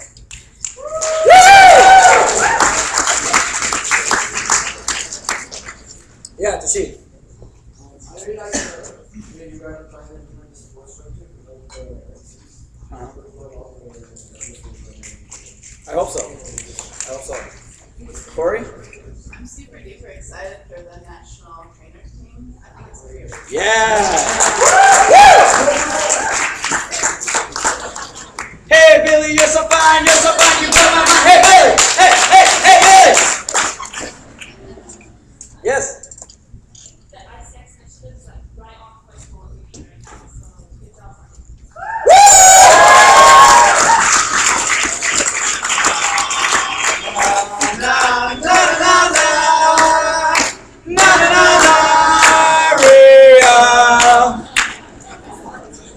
Sorry guys. It's all we do in the office really. It's not much work. We just sing. Adam. So the NC really took feedback from a lot of our forums from last year, SMT, WNT, so all that's being implemented now. So I really appreciate it. Rick.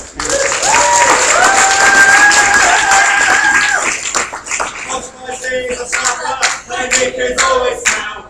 And when she's shaking back her, she gets a blow about. Yeah. Kieran. Okay, so should I see that? Okay. So I really like how we are sustaining our really awesome OGX successes with things that like I know all of us have thought about service for a long time, but we just never had like a defined pathway. So like the ops and the just like everything that Zach talked about is like on point. So.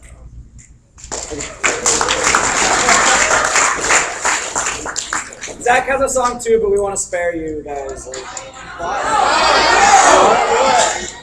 okay. He came in from overseas, Zach Reed, Zach Reed. He'll raise exchange for you and me, Zach Reed, Zach Reed. He'll match GPs all over the world, from every boy to every girl. Zach Reed, lawman, AIESEC USC.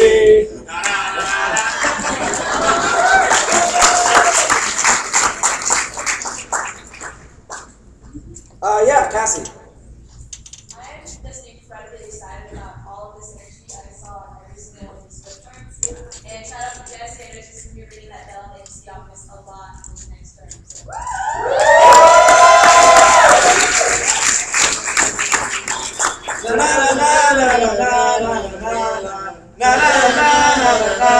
Jesse Chen.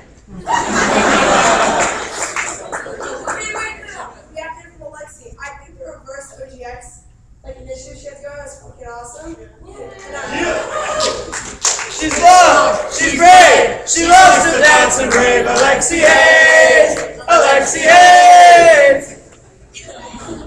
Is that everybody? Like, please. Oh, shit. Simon's not here, so it's okay.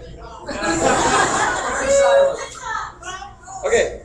Yeah, Patrick. I was going to say that I'm happy that Simon's going to be trying to give financial power back to the LCs.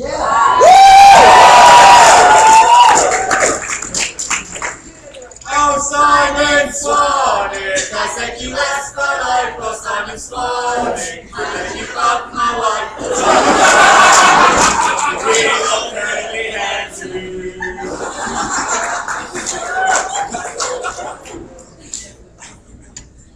Somebody said something about the National Support Body, and we just didn't sing for it, but I think we can. So, Alyssa, can you stand up? Go Charles, Felicity, we love you more than you will ever know. Whoa! There you go. Okay.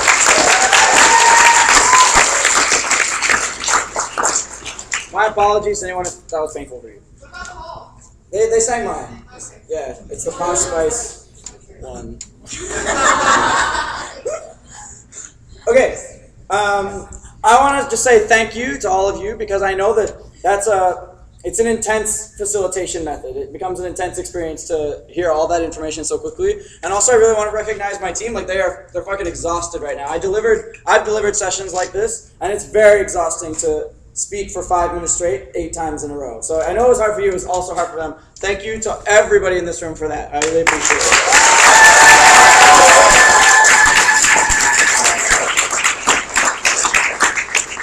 Okay, so we now have a 30-minute break, which means, we have a 30-minute break, which means at 4:50 we'll be back. What we'll have is EBs in this room and non-EBs in the Mercer room. If you're a proxy, you'll go in the Mercer room. So this is if you're an elected EB member of your local committee. Okay, then you'll be in here, and members and proxies in the Mercer room. Okay, and we can take a break now. Be back at 4:50. Thank you, everybody.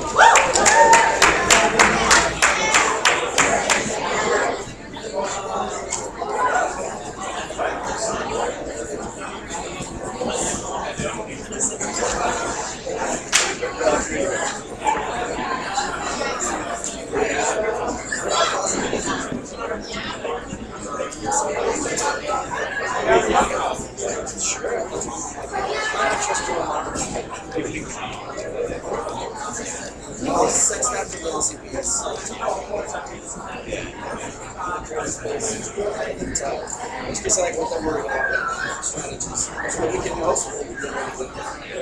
So we need to make it. We need to make sure everyone sees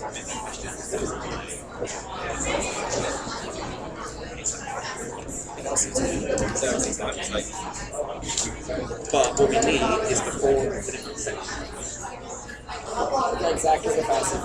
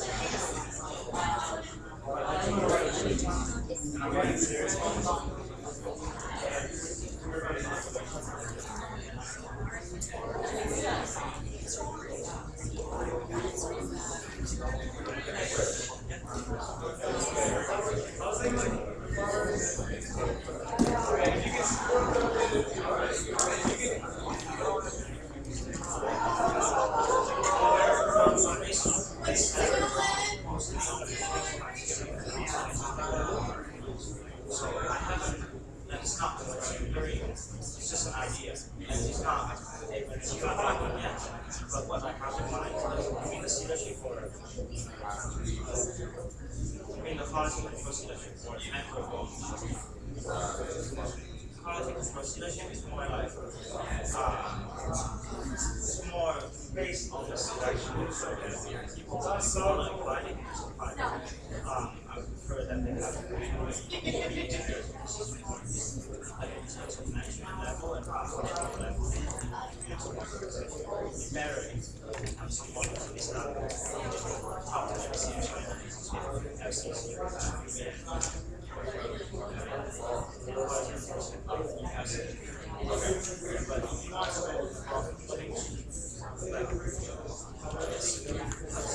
actually, this new problem is kind of complicated because, for example, another problem is never going plus FCS and the fund for the financial support from FCS is based on some certain criteria to achieve something out of this solution. For example, you can match 5 GPs from FCS and FCS in that country.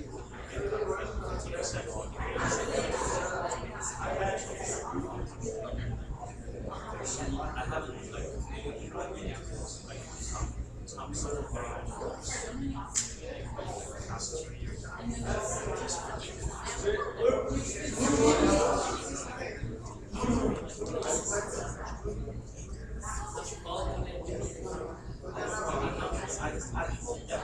testing out, doing and everything. Like some because like we started first time we started this year. Summer next year, and I want to see results. So I can't really guarantee. I can't even advise for this because I don't know if it works out. Because it takes China 2 years to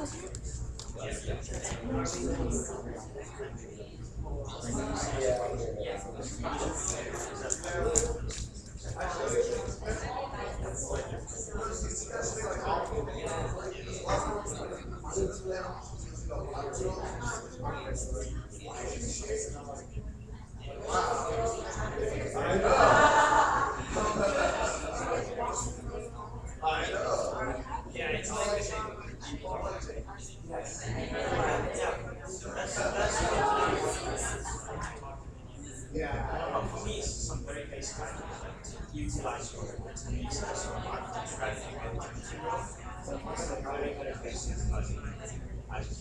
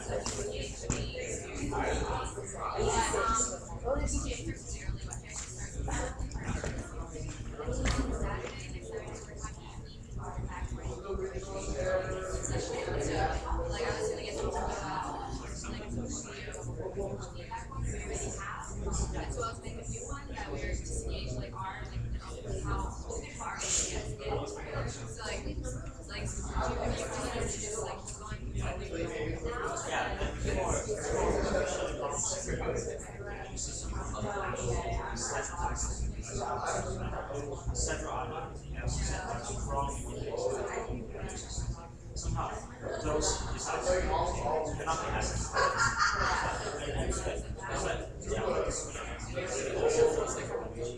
somehow those are things you share with national groups. But yeah,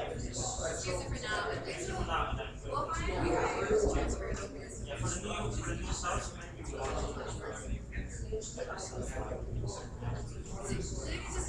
but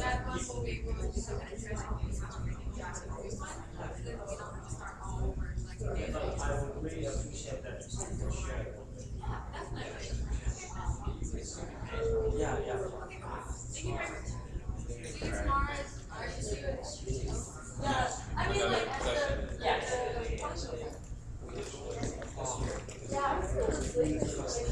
Lost my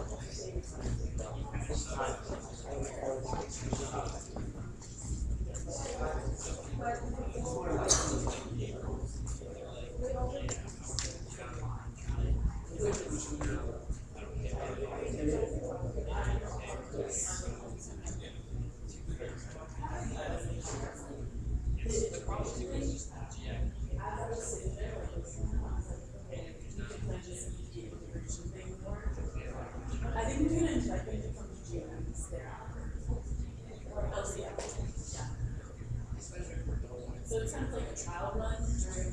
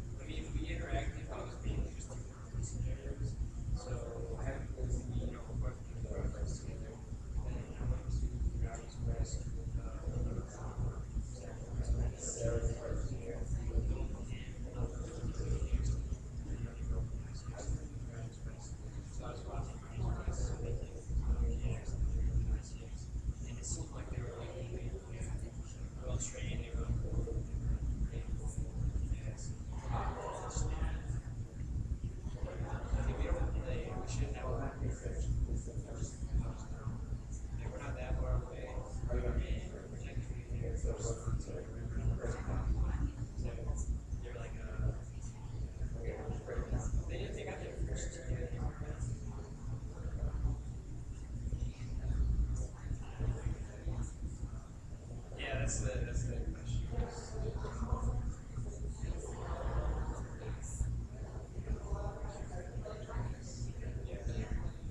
Yeah, no, it's just so we did. I mean, the one thing I'll say that we were is there because and he just got better.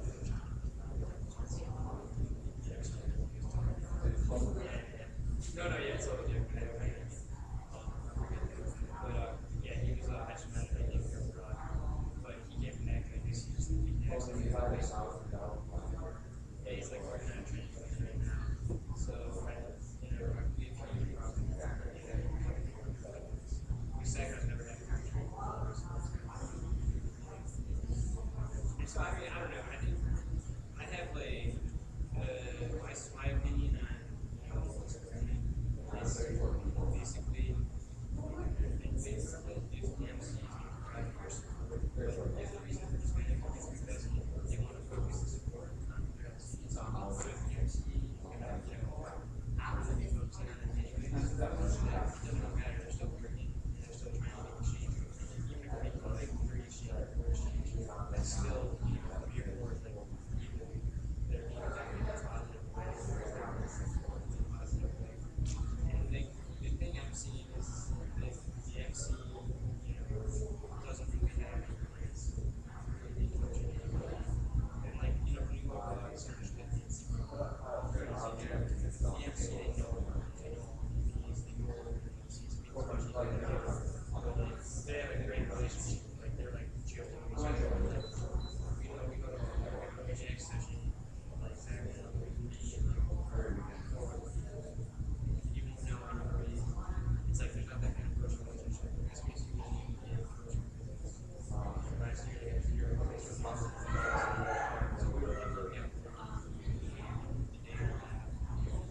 that's the thing. I mean, that's why I don't think that he was too big.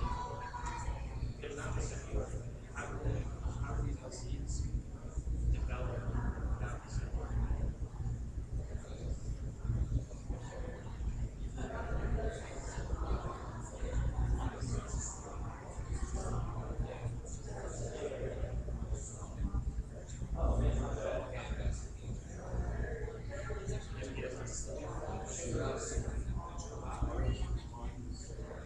Yeah. Man, I don't want to be punished. I've never been punished in my life. No.